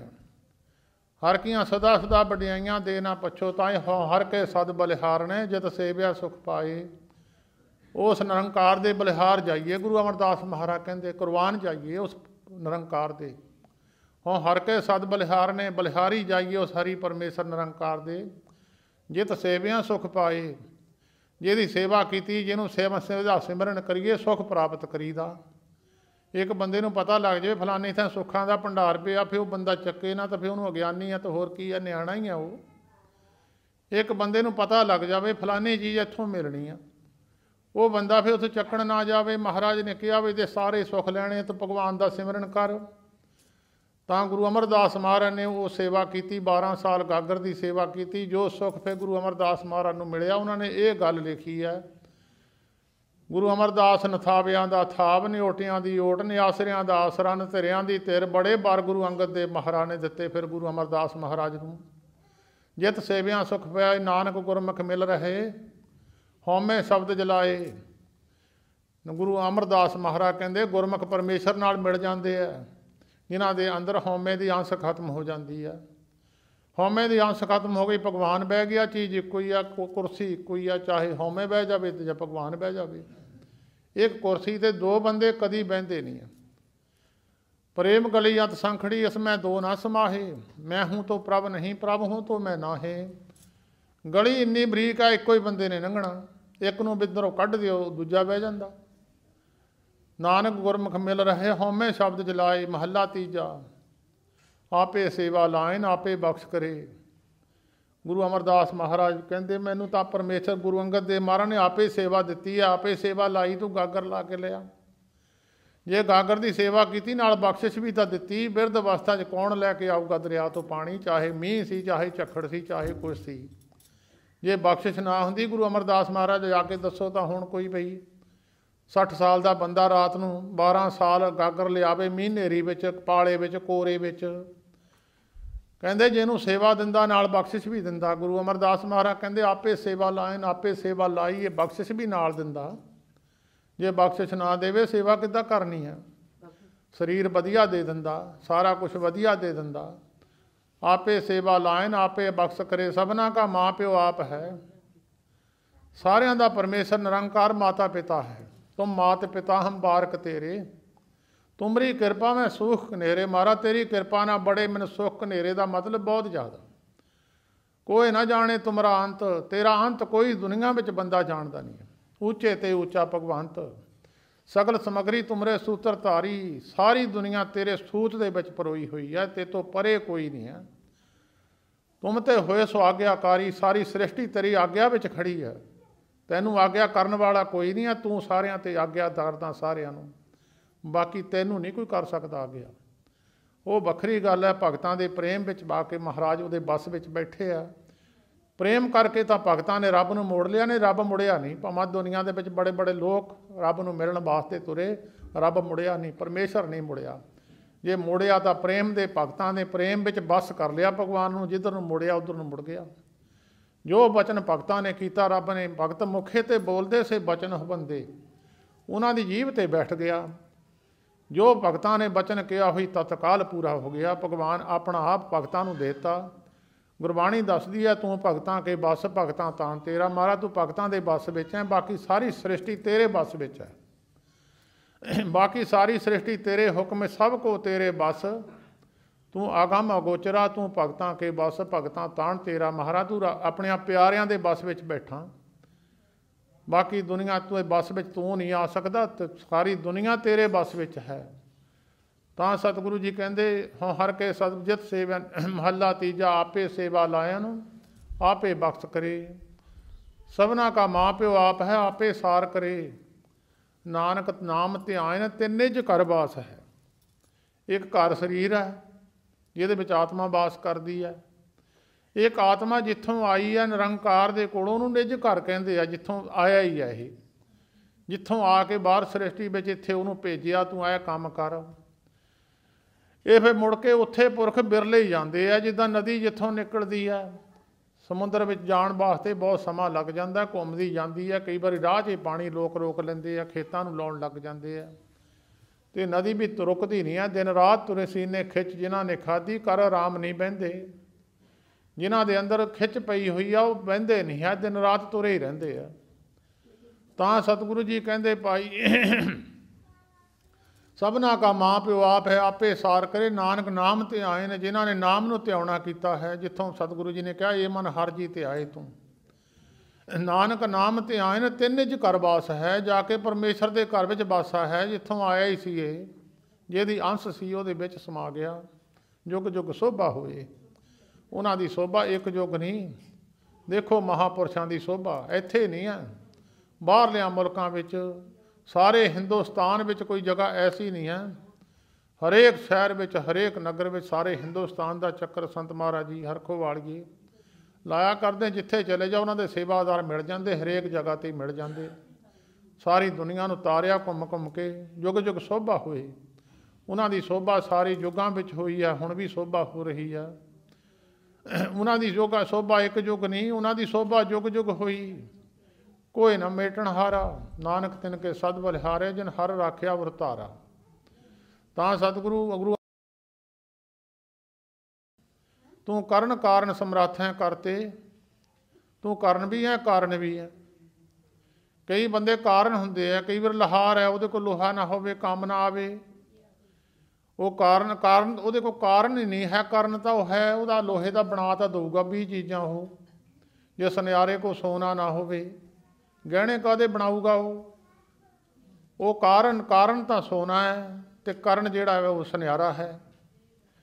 ਉਹ ਤੇਰੇ ਕੋਲ ਮਹਾਰਾਜ ਦੋਏ ਗੱਲਾਂ ਨੇ। ਤੇਰੇ ਕੋਲ ਸਭੋ ਕੁਛ ਹੀ ਹੈ। ਜਦੋਂ ਸਮੱਗਰੀ ਚੱਕੇ ਜਿਹੜਾ ਮਰਜ਼ੀ ਜੀਵ ਬਣਾ ਦੇ, ਤੇਰੀ ਮਰਜ਼ੀ ਹੈ। 84 ਲੱਖ ਤੋਂ ਇੱਕ ਬਾਹਰਾ ਜੀਵ ਬਣਾਤਾ ਤੂੰ। 84 ਲੱਖ ਦੀ ਗਿਣਤੀ ਕਰੋ ਜੀਵ, ਹਾਲੇ ਸਾਇੰਸਦਾਨਾਂ ਦੀ ਗਿਣਤੀ 84 ਲੱਖ ਜੀਵ ਆਏ ਨਹੀਂ ਹੈ। ਥੋੜ੍ਹੀਆਂ ਜੂਨਾਂ ਜਿਹੜੀਆਂ ਕੁਛ ਗਿਣਤੀ ਵਿੱਚ ਆਈਆਂ ਨੇ, ਬਾਕੀ ਜੂਨਾਂ ਇਹਨਾਂ ਦੀ ਦੇਖਣ ਤੋਂ ਹੀ ਬਾਹਰੀਆਂ ਨੇ। ਪਤਾ ਨਹੀਂ ਕਿੱਥੇ ਕਿੱਥੇ ਜੀਵ ਪੈਦਾ ਕੀਤੇ ਆ, ਗਿਣਤੀ ਕੋਈ ਨਹੀਂ ਕਿੱਦਾਂ ਦੇ ਜੀਵ ਪੈਦਾ ਕੀਤੇ ਆ। ਤੂੰ ਕਰਨ ਕਾਰਨ ਸਮਰੱਥ ਹੈ। ਤੂੰ ਕਰਨ ਵੀ ਹੈ, ਕਾਰਨ ਵੀ ਹੈ। ਸਾਰੀ ਸ੍ਰਿਸ਼ਟੀ ਸਮੱਗਰੀ ਤੇਰੇ ਹੱਥ ਹੈ। ਸਮੱਗਰੀ ਨਿਜੋੜ ਕੇ ਵਿੱਚ ਜਾਨ ਪਾ ਦੇਣੀ ਹੈ, ਤੇਰੇ ਹੱਥ 'ਚ ਹੀ ਹੈ ਸਾਰਾ ਕੁਛ। ਜਿਹੜੀ ਮਰਜ਼ੀ ਚੀਜ਼ ਬਣਾ ਦੇ। ਜਲਾਂ ਦੇ ਵਿੱਚ, ਥਲਾਂ ਦੇ ਵਿੱਚ ਤੂੰ ਬੜੇ ਬੜੇ ਮਹੱਲ ਖੜ੍ਹੇ ਸਕਦਾ। ਜਲ ਤੇ ਕੂਪ ਤੇ ਖੂਹ ਤੋਂ ਸੁੱਕਾ ਕਰ ਦੇਣਾ। ਜਿੱਥੇ ਜਲ ਹੈ ਉੱਥੇ ਸੁੱਕਾ ਕਰ ਦੇਣਾ, ਉੱਥੇ ਪਹਾੜ ਖੜ੍ਹੇ ਕਰ ਦੇਣੇ। ਕੂਪ ਤੇ ਮੇਰ ਕਰਾਵੇ, ਖੂਹ ਦੇ ਉੱਥੇ ਜਗ੍ਹਾ ਪਹਾੜ ਬਣਾ ਦੇਣੀ। ਜੋ ਮਰਜ਼ੀ ਕਰ ਸਕਦਾ। ਜਿੱਥੇ ਮਰਜ਼ੀ ਪਹਾੜ ਬਣਾ ਦੇਵੇ, ਜਿੱਥੇ ਮਰਜ਼ੀ ਸਮੁੰਦਰ ਬਣਾ ਦੇਵੇ, ਜਿੱਥੇ ਮਰਜ਼ੀ ਪਾਣੀ ਖੜਾ ਕਰ ਦੇਵੇ। ਕਈ ਜਗ੍ਹਾ 'ਤੇ ਸੇਮ ਪਈ ਹੋਈ ਹੈ, ਉੱਥੇ ਹੁੰਦਾ ਕੁਛ ਨਹੀਂ। ਕਈ ਜਗ੍ਹਾ 'ਤੇ ਸੋਕਾ ਪਿਆ ਹੋਇਆ, ਭਗਵਾਨ ਦੇ ਹੱਥ ਵਿੱਚ ਹੈ। ਤੂੰ ਕਰਨ ਕਾਰਨ ਸਮਰੱਥ ਹੈ ਕਰਤੇ। ਮੈਂ ਤੁਝ ਬਿਨਾਂ ਵਰ ਨਾ ਕੋਈ, ਤੇਰੇ ਤੋਂ ਬਿਨਾਂ ਕੋਈ ਦੁਨੀਆ ਵਿੱਚ ਐਸੀ ਤਾਕਤ ਨਹੀਂ ਹੈ। ਤੂੰ ਦੇ ਆਪੇ ਸ੍ਰਿਸ਼ਟ ਸਿਰਜੀਆ, ਆਪੇ ਫੁਨ ਗੋਈ। ਤੂੰ ਕਰਨ ਕਾਰਨ ਕਰਕੇ ਹੀ ਸ੍ਰਿਸ਼ਟੀ ਸਾਜੀ ਹੈ। ਜੇ ਫੈਕਟਰੀ ਕੋਲ ਸਮਾਨ ਨਾ ਹੋਵੇ, ਫੈਕਟਰੀ ਕੀ ਕਰੂਗੀ? ਜਾਂ ਫੈਕਟਰੀ ਦਾ ਮਾਲਕ ਕੀ ਕਰੂਗਾ ਜਦ ਉਹਦੇ ਕੋਲ ਸਮਾਨ ਹੀ ਨਾ ਆਵੇ? ਕਈ ਵਾਰੀ ਸਮਾਨ ਪਿੱਛੋਂ ਬੰਦ ਹੋ ਜਾਂਦਾ, ਫੈਕਟਰੀ ਬੰਦ ਹੋ ਜਾਂਦੀ ਹੈ। ਕਰਨ ਕਾਰਨ ਸਮਰੱਥ ਹੈ। ਮੈਂ ਮਹਾਰਾਜ ਤੂੰ ਕਰਨ ਕਾਰਨ ਹੈ, ਜੋ ਮਰਜ਼ੀ ਤੂੰ ਕਰ ਸਕਦਾ। ਤੂੰ ਆਪੇ ਸ੍ਰਿਸ਼ਟ ਸਿਰਜੀਆ, ਸਾਰੀ ਸ੍ਰਿਸ਼ਟੀ ਤੂੰ ਸਾਜੀ ਹੈ। ਆਪੇ ਫੁਨ ਗੋਈ। ਸਾਰਿਆਂ ਨੂੰ ਤੂੰ ਮਹਾਰਾਜ ਭੋਜਨ ਵੀ ਦਿੱਤਾ, ਸਾਰਿਆਂ ਨੂੰ ਖਾਣ ਵਾਸਤੇ। ਜੀਓ ਪਾਏ ਪਿੰਡ ਜਿਨ ਸਾਜਿਆ, ਦਿੱਤਾ ਪਹਿਨਣ ਖਾਣ। ਕੋਈ ਜੀਵ 84 ਲੱਖ ਜੋਨ ਪਾਈ, ਰਿਚਕ ਦੀਆ ਸਭੋਂ ਕੋ ਤਦ ਕਾ। ਕੋਈ ਜੀਵ ਐਸਾ ਨਹੀਂ ਜਿਹੜਾ ਸੰਸਾਰ ਵਿੱਚ ਭੁੱਖਾ ਮਰ ਜਾਵੇ। ਮਹਾਰਾਜ ਸਾਰਿਆਂ ਨੂੰ ਰਿਜ਼ਕ ਦਿੱਤਾ ਹੈ। ਸ਼ਿਵ ਜੀ ਮਹਾਰਾਜ ਨੂੰ ਪਾਰਵਤੀ ਪੁੱਛਣ ਲੱਗੀ, ਮਹਾਰਾਜ ਤੁਸੀਂ ਸਾਰਿਆਂ ਜੀਵਾਂ ਨੂੰ ਰਿਜ਼ਕ ਦੇ ਦਿੱਤਾ? ਕਹਿੰਦੇ ਦੇ ਦਿੱਤਾ। ਪਾਰਵਤੀ ਨੇ ਇੱਕ ਡੱਬੀ ਖੋਲ੍ਹੀ ਹੈ, ਕੋਲ ਉਹਦੇ ਡੱਬੀ ਸੀ। ਉਹ ਡੱਬੀ ਦੇ ਵਿੱਚ ਇੱਕ ਕੀੜਾ ਹੈ। ਉਹ ਕੀੜੇ ਨੇ ਮੂੰਹ ਦੇ ਵਿੱਚ ਚੌਲ ਦਾ ਦਾਣਾ ਚੱਕਿਆ ਹੋਇਆ। ਪਾਰਵਤੀ ਬੜੀ ਹੈਰਾਨ ਹੋਈ, ਕਹਿੰਦੀ ਮਹਾਰਾਜ ਜਦੋਂ ਮੈਂ ਕੀੜੇ ਨੂੰ ਬੰਦ ਕੀਤਾ ਸੀ ਤਾਂ ਮੈਂ ਉੱਦਾਂ ਹੀ ਬੰਦ ਕੀਤਾ ਸੀ, ਵੀ ਭਗਵਾਨ ਡੱਬੀ ਦੇ ਵਿੱਚ ਕੀੜੇ ਨੂੰ ਕਿੱਦਾਂ ਭੋਜਨ ਦੇ ਦੂਗਾ? ਜੇ ਬੰਦਾ ਕਿਸੇ ਨੂੰ ਕੋਈ ਜਾਂ ਕਿਸੇ ਪਾਸੇ ਬੰਦ ਕਰ ਦੇਵੇ, ਭੋਜਨ ਕਿੱਥੋਂ ਪਹੁੰਚ ਜੂਗਾ? ਮਹਾਰਾਜ ਮੈਂ ਬੜੀ ਹੈਰਾਨ ਹੈ ਜੀ, ਡੱਬੀ ਦੇ ਵਿੱਚ ਚੌਲ ਦਾ ਦਾਣਾ ਕਿੱਥੋਂ ਆ ਗਿਆ? ਸ਼ਿਵ ਜੀ ਮਹਾਰਾਜ ਕਹਿੰਦੇ, ਪਾਰਵਤੀ ਮੈਂ ਤੇਰਾ ਫੁਰਨਾ ਪਹਿਲਾਂ ਹੀ ਜਾਣ ਲਿਆ ਸੀ। ਮੈਨੂੰ ਪਤਾ ਸੀ ਤਾਂ ਇਹ ਕੀੜੇ ਨੂੰ ਡੱਬੀ 'ਚ ਬੰਦ ਕਰਨਾ। ਤਾਂ ਉਸ ਵੇਲੇ ਜਦੋਂ ਤੂੰ ਡੱਬੀ ਬੰਦ ਕਰਨ ਲੱਗੀ, ਤੇਰੇ ਮੱਥੇ 'ਤੇ ਜਿਹੜਾ ਤਿਲਕ ਲੱਗਾ ਸੀ ਉਹਦੇ ਨਾਲ ਚੌਲ ਦਾ ਦਾਣਾ ਸੀ, ਮੈਂ ਉਹ ਡੱਬੀ ਵਿੱਚ ਸੁੱਟ ਦਿੱਤਾ। ਕਹਿੰਦੇ ਜੇ ਮੈਂ ਇੱਦਾਂ ਜੀਵਾਂ ਦੀ ਸੰਭਾਲ ਨਾ ਕਰਾਂ, ਅੱਧੀ ਦੁਨੀਆ ਭੁੱਖੀ ਮਰ ਜਾਵੇ। ਆਪੇ ਫੁਨਗੋਈ, ਸਾਰੀ ਸ੍ਰਿਸ਼ਟੀ ਨੂੰ ਮਹਾਰਾਜ ਤੂੰ ਪਾਲਣਾ ਵੀ ਕਰਦਾ, ਸਾਜੀ ਵੀ ਆ ਅਤੇ ਪਾਲਣਾ ਵੀ ਕਰਦਾ। ਉਹਦਾ ਰਿਜ਼ਕ ਵੀ ਤੇਰੇ ਕੋਲ ਹੈ। ਜੇ ਰਿਜ਼ਕ ਮੁੱਕ ਜਾਵੇ ਤਾਂ ਵੀ ਦੁਨੀਆ ਮਰ ਜਾਂਦੀ ਹੈ। ਇਹ ਕਰਨ ਕਾਰਨ ਦੇ ਕੋਲ ਹੀ ਦੋਏ ਗੱਲਾਂ ਨੇ। ਜੇ ਕਰਨ ਕਾਰਨ ਇੱਕ ਚੀਜ਼ ਕਦੀ ਬਣਾ ਨਹੀਂ ਸਕਦੀ। ਕਾਰਨ ਹੋਵੇ ਕਰਨ ਨਾ ਹੋਵੇ, ਕਰਨ ਹੋਵੇ ਤਾਂ ਕਾਰਨ ਨਾ ਹੋਵੇ। ਤੇਰੇ ਕੋਲ ਮਾਰਾ ਸਭੋ ਕੁਛ ਹੀ ਆ। ਆਪੇ ਸਰਸਰੀ ਆਪੇ ਫਨਗੋਈ, ਸਭ ਇੱਕੋ ਸ਼ਬਦ ਵਰਤਦਾ। ਜੋ ਕਰੇ ਸੋ ਹੋਈ। ਚਾਹੇ ਓਮ ਜਪ ਲਓ, ਚਾਹੇ ਵਾਹਿਗੁਰੂ ਜਪ ਲਓ, ਚਾਹੇ ਹਰੀ ਹਰੀ ਜਪ ਲਓ, ਚਾਹੇ ਰਾਮ ਰਾਮ ਜਪ ਲਓ, ਚਾਹੇ ਹਰੀ ਕ੍ਰਿਸ਼ਨ ਜਪ ਲਓ। ਇੱਕ ਸ਼ਬਦ ਨੂੰ ਸਾਰੇ ਸ੍ਰਿਸ਼ਟੀ ਵਿੱਚ ਸਭ ਇੱਕੋ ਹੀ ਸ਼ਬਦ ਵਰਤਦਾ। ਸਾਰਿਆਂ ਧਰਮਾਂ ਦੇ ਅੰਦਰ ਮੁਸਲਮਾਨਾਂ ਨੇ, ਸਿੱਖਾਂ ਨੇ, ਹਿੰਦੂਆਂ ਨੇ, ਈਸਾਈਆਂ ਨੇ, ਜਿਹੜੇ ਜਿਹੜੇ ਵੀ ਧਰਮ ਹੈ ਉਹਨਾਂ ਨੇ ਸ਼ਬਦ ਨਾਲ ਜੋੜਿਆ ਉਹਨਾਂ ਨੂੰ। ਜਿਹੜਾ ਸ਼ਬਦ ਦੇ ਵਿੱਚ ਪ੍ਰਪੱਕ ਸ਼ਬਦ ਦਾ ਅਭਿਆਸ ਕਰ ਲੈਂਦਾ, ਸਭ ਇੱਕੋ ਸ਼ਬਦ ਵਰਤਦਾ। ਜੋ ਕਰੇ ਸੋ ਹੋਈ। ਜਿਹੜਾ ਫਿਰ ਉਹ ਕਰਨਾ ਚਾਹੁੰਦਾ ਉਹ ਸਾਰਾ ਕੁਝ ਹੋ ਜਾਂਦਾ। ਸ਼ਬਦ ਦੇ ਅਭਿਆਸ ਦੇ ਨਾਲ ਹੀ ਪਰਮੇਸ਼ਰ ਉਹਦੇ ਵਿੱਚ ਹੀ ਆ। ਸ਼ਬਦ ਸਰਬ ਵਿਆਪਕ ਹੈ। ਉਹਨੂੰ ਜਦੋਂ ਉਹਦੇ ਨਾਮ ਨੂੰ ਜਪਦੇ ਜਪਦੇ ਜਪਦੇ ਜਪਦੇ ਤੂੰ ਤੂੰ ਕਰਤਾ ਤੂੰ ਹੁਆ, ਮੁਝ ਮੈਂ ਰਹਾ ਨਾ ਹੂ, ਜਬ ਆਪਾ ਪਰਕਾ ਮਿਟ ਗਿਆ, ਜਦ ਦੇਖਾਂ ਤਤ ਤੂੰ। ਸਤਿਗੁਰੂ ਜੀ ਬਾਣੀ ਵਿੱਚ ਗੁਰੂ ਅਮਰਦਾਸ ਮਹਾਰਾਜ ਨੇ ਬੜੇ ਸੁੰਦਰ ਬਚਨ ਲਿਖੇ ਆ। ਸਭ ਇੱਕੋ ਸ਼ਬਦ ਵਰਤਦਾ। ਜੋ ਕਰੇ ਸੋ ਹੋਈ। ਵਡਿਆਈ ਗੁਰਮੁਖ ਦੇ ਪ੍ਰਭ। ਮਾਰਾ ਵਡਿਆਈ ਤੂੰ ਗੁਰਮੁਖਾਂ ਨੂੰ ਦਿੰਨਾ, ਬਾਕੀ ਲੋਕਾਂ ਨੂੰ ਨਹੀਂ। ਜਿਹੜੇ ਤੇਰੇ ਹੁਕਮ ਦੇ ਵਿੱਚ ਹੈ, ਗੁਰਮੁਖ ਹੋਵੇ ਸੋ ਭਾਣਾ ਮੰਨੇ, ਭਾਣੇ ਵਿੱਚ ਸੁਖ ਪਾਇੰਦਾ। ਜਿਹੜੇ ਗੁਰਮੁਖ ਹੈ ਤੇਰੇ ਕਹੇ ਮੁਤਾਬਕ, ਜਿਹੜੇ ਤੇਰੇ ਵੱਲ ਨੂੰ ਮੂੰਹ ਕਰਕੇ ਖੜੇ ਆ, ਤੇਰੇ ਹੁਕਮ ਵਿੱਚ ਖੜੇ ਆ, ਜੋ ਤੂੰ ਕਹਿਣਾ ਉਹੀ ਕਰਦੇ ਆ। ਜਿੱਥੋਂ ਤੂੰ ਰੋਕੇ ਆ ਉੱਥੋਂ ਰੁਕੇ ਹੋਏ ਆ, ਉਹਨਾਂ ਨੂੰ ਤੂੰ ਵਡਿਆਈ ਬਖਸ਼ੀ ਆ। ਵਡਿਆਈ ਗੁਰਮੁਖ ਦੇ ਪ੍ਰਭ ਹਰ ਪਾਵੈ ਸੋਈ। ਗੁਰਮੁਖ ਨਾਨਕ ਆਰਾਧਿਆ। ਗੁਰਮੁਖਾਂ ਨੇ ਨਿਰੰਕਾਰ ਨੂੰ ਆਰਾਧਨਾ ਕੀਤੀ ਹੈ। ਗੁਰਮੁਖਾਂ ਦੇ ਪੱਲੇ ਵਿੱਚ ਇਹ ਗੱਲ ਆਈ ਹੈ। ਮਨਮੁਖ ਮਨਮੁਖ ਹੈ, ਗੁਰਮੁਖ ਹੈ। ਮਨਮੁਖ ਉਹ ਹੈ ਜਿਹੜੇ ਮਨ ਦੇ ਮਗਰ ਲੱਗੇ ਹੋਏ ਆ, ਗੁਰਮੁਖ ਜਿਹੜੇ ਗੁਰੂ ਦੇ ਮਗਰ ਲੱਗੇ ਹੋਏ ਆ। ਗੁਰਮੁਖ ਨਾਨਕ ਆਰਾਧਿਆ। ਸਭ ਆਖੋ ਧੰਨ ਧੰਨ ਧੰਨ ਗੁਰ ਸੋਈ। ਉਹਨਾਂ ਨੂੰ ਧੰਨ ਧੰਨ ਧੰਨ ਜਨ ਆਇਆ। ਉਹਨਾਂ ਨੂੰ 3 ਵਾਰ ਧੰਨਤਾ ਦਾ ਦਰਜਾ ਦਿੱਤਾ। ਉਹਨਾਂ ਦਾ ਆਉਣਾ ਵੀ ਧੰਨ ਹੈ। ਉਹਨਾਂ ਦਾ ਸੰਸਾਰ ਵਿੱਚ ਰਹਿ ਕੇ ਕਾਰਜ ਕਰਨੇ ਵੀ ਧੰਨ ਹੈ। ਜਦੋਂ ਜਾਂਦੇ ਆ ਉਹਨਾਂ ਨੂੰ ਜਾਂਦਿਆਂ ਜਾਂਦਿਆਂ ਨੂੰ ਵੀ ਦੁਨੀਆ ਧੰਨਤਾ ਦਾ ਦਰਜਾ ਦਿੰਦੀ ਆ। ਮਹਾਰਾਜ ਤੁਸੀਂ ਧੰਨ ਹੋ ਜੀ। ਉਹਨਾਂ ਦੇ ਜਾਣ ਤੋਂ ਬਾਅਦ ਵੀ ਦੁਨੀਆ ਉਹਨੂੰ ਕਹਿੰਦੇ ਆ ਧੰਨ ਧੰਨ ਹੈ। ਇਹ ਧੰਨ ਹੋਏ ਆ ਮਹਾਂਪੁਰਸ਼। ਰਹਿੰਦਿਆਂ ਹੋਇਆਂ ਵੀ ਦੁਨੀਆ ਉਹਨਾਂ ਨੂੰ ਧੰਨਤਾ ਦਾ ਦਰਜਾ ਦਿੰਦੀ। ਮਹਾਰਾਜ ਤੁਸੀਂ ਧਨੀ ਪੁਰਖ ਹੋ, ਸਾਰੀ ਸ੍ਰਿਸ਼ਟੀ ਤੁਹਾਡੇ ਕੋਲ ਹੀ ਹੈ। ਅਤੇ ਜਦੋਂ ਆਉਂਦੇ ਆ ਤਾਂ ਵੀ ਉਹਨਾਂ ਨੂੰ ਧੰਨਤਾ ਦਾ ਦਰਜਾ। ਜਦੋਂ ਮਹਾਂਪੁਰਸ਼ ਸੰਸਾਰ ਵਿੱਚ ਆਉਂਦੇ ਆ, ਅਵਤਾਰ ਧਾਰਦੇ ਆ। ਜਦੋਂ ਗੁਰੂ ਨਾਨਕ ਸਾਹਿਬ ਜੀ ਆਏ, ਮਾਤਾ ਦੌਲਤਾਂ ਨੂੰ ਕਿਰਪਾ ਕਰ ਦਿੱਤੀ। ਉਸ ਵੇਲੇ ਹੀ ਦੌਲਤਾਂ ਨਿਹਾਲ ਕਰ ਦਿੱਤੀ। ਆਉਂਦਿਆਂ ਨੇ ਧੰਨਤਾ ਦਾ ਦਰਜਾ, ਤਾਂ ਦੁਨੀਆ ਤਾਂ ਆਉਂਦਿਆਂ ਨੂੰ ਮੱਥਾ ਟੇਕਣ ਲੱਗ ਗਈ। ਜੇ ਗੁਰੂ ਗੋਬਿੰਦ ਸਿੰਘ ਸਾਹਿਬ ਮਹਾਰਾਜ ਦੀ ਪਰਖ ਕੀਤੀ ਹੈ ਤਾਂ ਵੀ ਮੁਸਲਮਾਨ ਨੇ। ਜੇ ਗੁਰੂ ਨਾਨਕ ਸਾਹਿਬ ਨੂੰ ਪਛਾਣਿਆ ਤਾਂ ਵੀ ਮੁਸਲਮਾਨ ਨੇ। ਦੌਲਤਾਂ ਦਾਈ ਤੇ ਰਾਏ ਬਲਾਰ ਇਹਨਾਂ ਨੇ ਗੁਰੂ ਨਾਨਕ ਨੂੰ ਪਹਿਚਾਣਿਆ। ਧੰਨਤਾ ਤਾਂ ਸ਼ੁਰੂ ਤੋਂ ਹੀ ਹੋ ਗਈ। ਸਾਰੀ ਜ਼ਿੰਦਗੀ ਧੰਨਤਾ ਦਾ ਦਰਜਾ ਮਿਲਿਆ। ਸਭ ਆਖੋ ਧੰਨ ਧੰਨ ਧੰਨ ਗੁਰ ਸੋਈ। ਗੁਰੂ ਅਮਰਦਾਸ ਮਹਾਰਾਜ ਨੇ ਆਪਣੇ ਪਵਿੱਤਰ ਰਸਨਾ ਦੇ ਬਚਨ ਗੁਰੂ ਗ੍ਰੰਥ ਸਾਹਿਬ ਵਿੱਚ ਉਚਾਰਨ ਕੀਤੇ ਆ। ਭਾਈ ਗੁਰਮੁਖੋ, ਲਾਹਾ ਲਾਇਆ ਕਰੋ ਕੋਈ ਨਾ ਕੋਈ। ਜਿਨ੍ਹਾਂ ਦਾ ਮਨ ਬਿਰਤੀ ਰੱਬ ਦੇ ਵਿੱਚ ਧਿਆਨ ਨਹੀਂ ਲੱਗਦਾ, ਪ੍ਰਭੂ ਵੱਲ ਨੂੰ ਤੁਰਦਾ ਨਹੀਂ ਹੈ, ਉਹ ਸੇਵਾ ਕਰਿਆ ਕਰੋ। ਇਹ ਇੱਕ ਗੁਣ ਗੁਰੂ ਅਮਰਦਾਸ ਮਹਾਰਾਜ ਨੇ ਬਖਸ਼ਿਆ ਹੈ। ਕਹਿੰਦੇ ਹਉਮੈ ਨੂੰ ਨਿਵਰਤ ਕਰਨਾ ਹੋਵੇ ਤਾਂ ਨੀਵਾਂ ਹੋ ਕੇ ਸੇਵਾ ਕਰੇ, ਗੁਰੂ ਘਰ ਦੀ ਸੇਵਾ ਕਰੇ। ਬਹੁਤ ਮਹਾਂਪੁਰਸ਼ਾਂ ਨੇ ਸਾਰੀ ਸਾਰੀ ਜ਼ਿੰਦਗੀ ਪ੍ਰਸ਼ਾਦੇ ਹੀ ਪਕਾਏ ਆ ਗੁਰੂ ਘਰ ਦੇ। ਸਾਡੇ ਵੀ ਮਹਾਂਪੁਰਖ ਬੁੱਢੇ ਹੋ ਗਏ ਪ੍ਰਸ਼ਾਦੇ ਪਕਾਉਂਦੇ। ਗੁਰੂ ਘਰ ਦੇ ਪ੍ਰਸ਼ਾਦੇ ਪਕਾਏ। ਬਹੁਤ ਸਾਰਿਆਂ ਨੇ ਗੁਰੂ ਘਰ ਦੀ ਸੇਵਾ ਕੀਤੀ, ਝਾੜੂ ਫੇਰਿਆ। ਭਾਈ ਸਾਲੋ ਜੀ ਵਰਗੇ ਅੰਮ੍ਰਿਤਸਰ ਦਰਬਾਰ ਸਾਹਿਬ ਭਾਈ ਸਾਲੋ ਜੀ ਝਾੜੂ ਦਿੰਦੇ ਹੁੰਦੇ ਸਨ। ਝਾੜੂ ਦਿੰਦਿਆਂ ਰਾਜੇ ਦੀ ਕੁੜੀ ਦਾ ਲੜਕਾ ਸੀ, ਲੜਕੀ ਮੂੰਹ ਤੋਂ ਹੀ ਬੋਲ ਕੇ ਹੋ ਗਈ ਸੀ। ਮੂੰਹ ਤੋਂ ਹੀ ਲੜਕੇ ਨੂੰ ਲੜਕੀ ਬਣਾਤਾ, ਲੜਕੀ ਨੂੰ ਲੜਕਾ ਬਣਾਤਾ। ਝਾੜੂ ਫੇਰਨ ਵਾਲਿਆਂ ਵਿੱਚ ਵੀ ਪਾਵਰ ਸੀ। ਕਹਿੰਦੇ ਭਾਈ ਸੇਵਾ ਕਰੇ, ਗੁਰੂ ਘਰ ਦੀ ਸੇਵਾ ਕਰੇ। ਮਨ ਨੂੰ ਨਿਰਮਲ ਕਰਨਾ, ਨੀਵਾਂ ਕਰੋਗੇ ਮਨ ਨੂੰ, ਕਹਿੰਦੇ ਫਿਰ ਨਾਮ ਆਪੇ ਟਿਕ ਜੂਗਾ। ਉੱਚੀ ਜਗ੍ਹਾ 'ਤੇ ਟਿਕਦਾ ਨਹੀਂ ਹੈ, ਇਹ ਨੀਵੀਂ ਜਗ੍ਹਾ 'ਤੇ ਟਿਕਦਾ। ਕਹਿੰਦੇ ਮਨ ਨੂੰ ਨੀਵਾਂ ਕਰਨੇ ਭਾਈ ਸੇਵਾ। ਧਨ ਸੇਵਾ ਸੇਵਕ ਪ੍ਰਵਾਨ, ਅੰਤਰਜਾਮੀ ਪੁਰਖ ਪ੍ਰਧਾਨ। ਕਹਿੰਦੇ ਸੇਵਾ ਧਨ ਧਨ ਮਿਲੀ, ਧਨ ਸੇਵਾ ਹੈ। ਗੁਰ ਸੇਵਾ ਤੇ ਸੁਖ ਉਪਜੇ, ਫਿਰ ਦੁੱਖ ਨਾ ਲੱਗੇ ਆਏ। ਜੰਮਣ ਮਰਨਾ ਮਿਟ ਗਿਆ, ਕਾਲੇ ਕਾ ਕਿਛ ਨਾ ਵਸਾਏ। ਗੁਰੂ ਅਮਰਦਾਸ ਮਹਾਰਾਜ ਦਾ ਬਚਨ ਹੈ। ਕਹਿੰਦੇ ਗੁਰੂ ਦੀ ਸੇਵਾ ਤੋਂ ਸੁੱਖ ਪੈਦਾ ਹੁੰਦਾ। ਗੁਰ ਸੇਵਾ ਤੇ ਸੁੱਖ ਉਪਜੇ, ਫਿਰ ਦੁੱਖ ਨਾ, ਉਹਨੂੰ ਦੁੱਖ ਨਹੀਂ ਨੇੜੇ ਆਉਂਦਾ।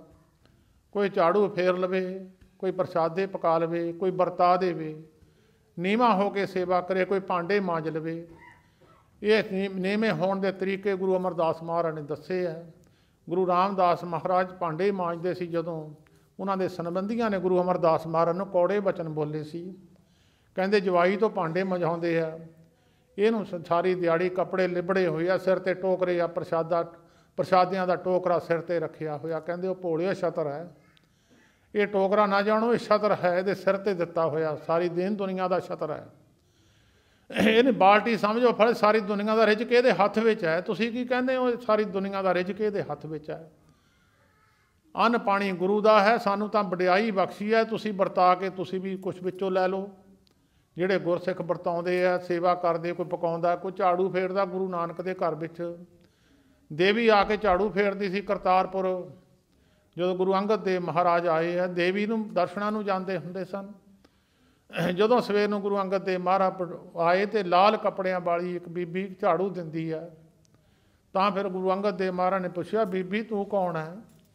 ਤੂੰ ਇੱਥੇ ਝਾੜੂ ਦਿੰਦੀ ਆ? ਕਹਿਣ ਲੱਗੀ, ਮੈਂ ਦੇਵੀ ਹਾਂ, ਜਿਹਦੇ ਤੋਂ ਦਰਸ਼ਨਾਂ ਨੂੰ ਜਾਂਦਾ ਹੁੰਦਾ, ਮੈਂ ਉਹੀ ਹਾਂ। ਮੈਂ ਨਾ ਦਰ 'ਤੇ ਝਾੜੂ ਫੇਰ ਕੇ ਦਾਤਾਂ ਲੈਣੀ ਤੇ ਫਿਰ ਮੈਂ ਗਾਹਾਂ ਵਰਤਾਉਂਦੀ ਹਾਂ ਲੋਕਾਂ ਨੂੰ। ਦੇਵਤੇ ਪਰਮੇਸ਼ਰ ਨਿਰੰਕਾਰ ਤੋਂ ਦਾਤਾਂ ਲੈ ਕੇ ਸੰਸਾਰ ਨੂੰ ਵਰਤਾਉਂਦੇ ਆ। ਜਿਨ੍ਹਾਂ ਨੇ ਝਾੜੂ ਫੇਰਿਆ, ਜਿਨ੍ਹਾਂ ਨੇ ਸੇਵਾ ਗੁਰੂ ਨਾਨਕ ਦੇ ਘਰ ਦੀ ਕੀਤੀ, ਗੁਰੂ ਅਮਰਦਾਸ ਮਹਾਰਾਜ ਸੇਵਾ ਦੇ ਪੁੰਜ ਸਨ। ਇਹ ਉਹਨਾਂ ਦੀ ਰਸਨਾ ਤੋਂ ਨਿਕਲੇ ਹੋਏ ਬੋਲ ਹੈ। ਜਿਹੜੇ ਕਹਿੰਦੇ ਸਾਡਾ ਨਾਮ 'ਚ ਮਨ ਨਹੀਂ ਲੱਗਦਾ, ਉਹ ਸੇਵਾ ਕਰਿਆ ਕਰੋ। ਸਾਰਿਆਂ ਦਾ ਧੰਨਵਾਦ ਜੀ। ਸਾਰੇ ਰਸਨਾ ਪਵਿੱਤਰ ਕਰੋ ਜੀ। ਵਾਹਿਗੁਰੂ ਜੀ ਕਾ ਖਾਲਸਾ।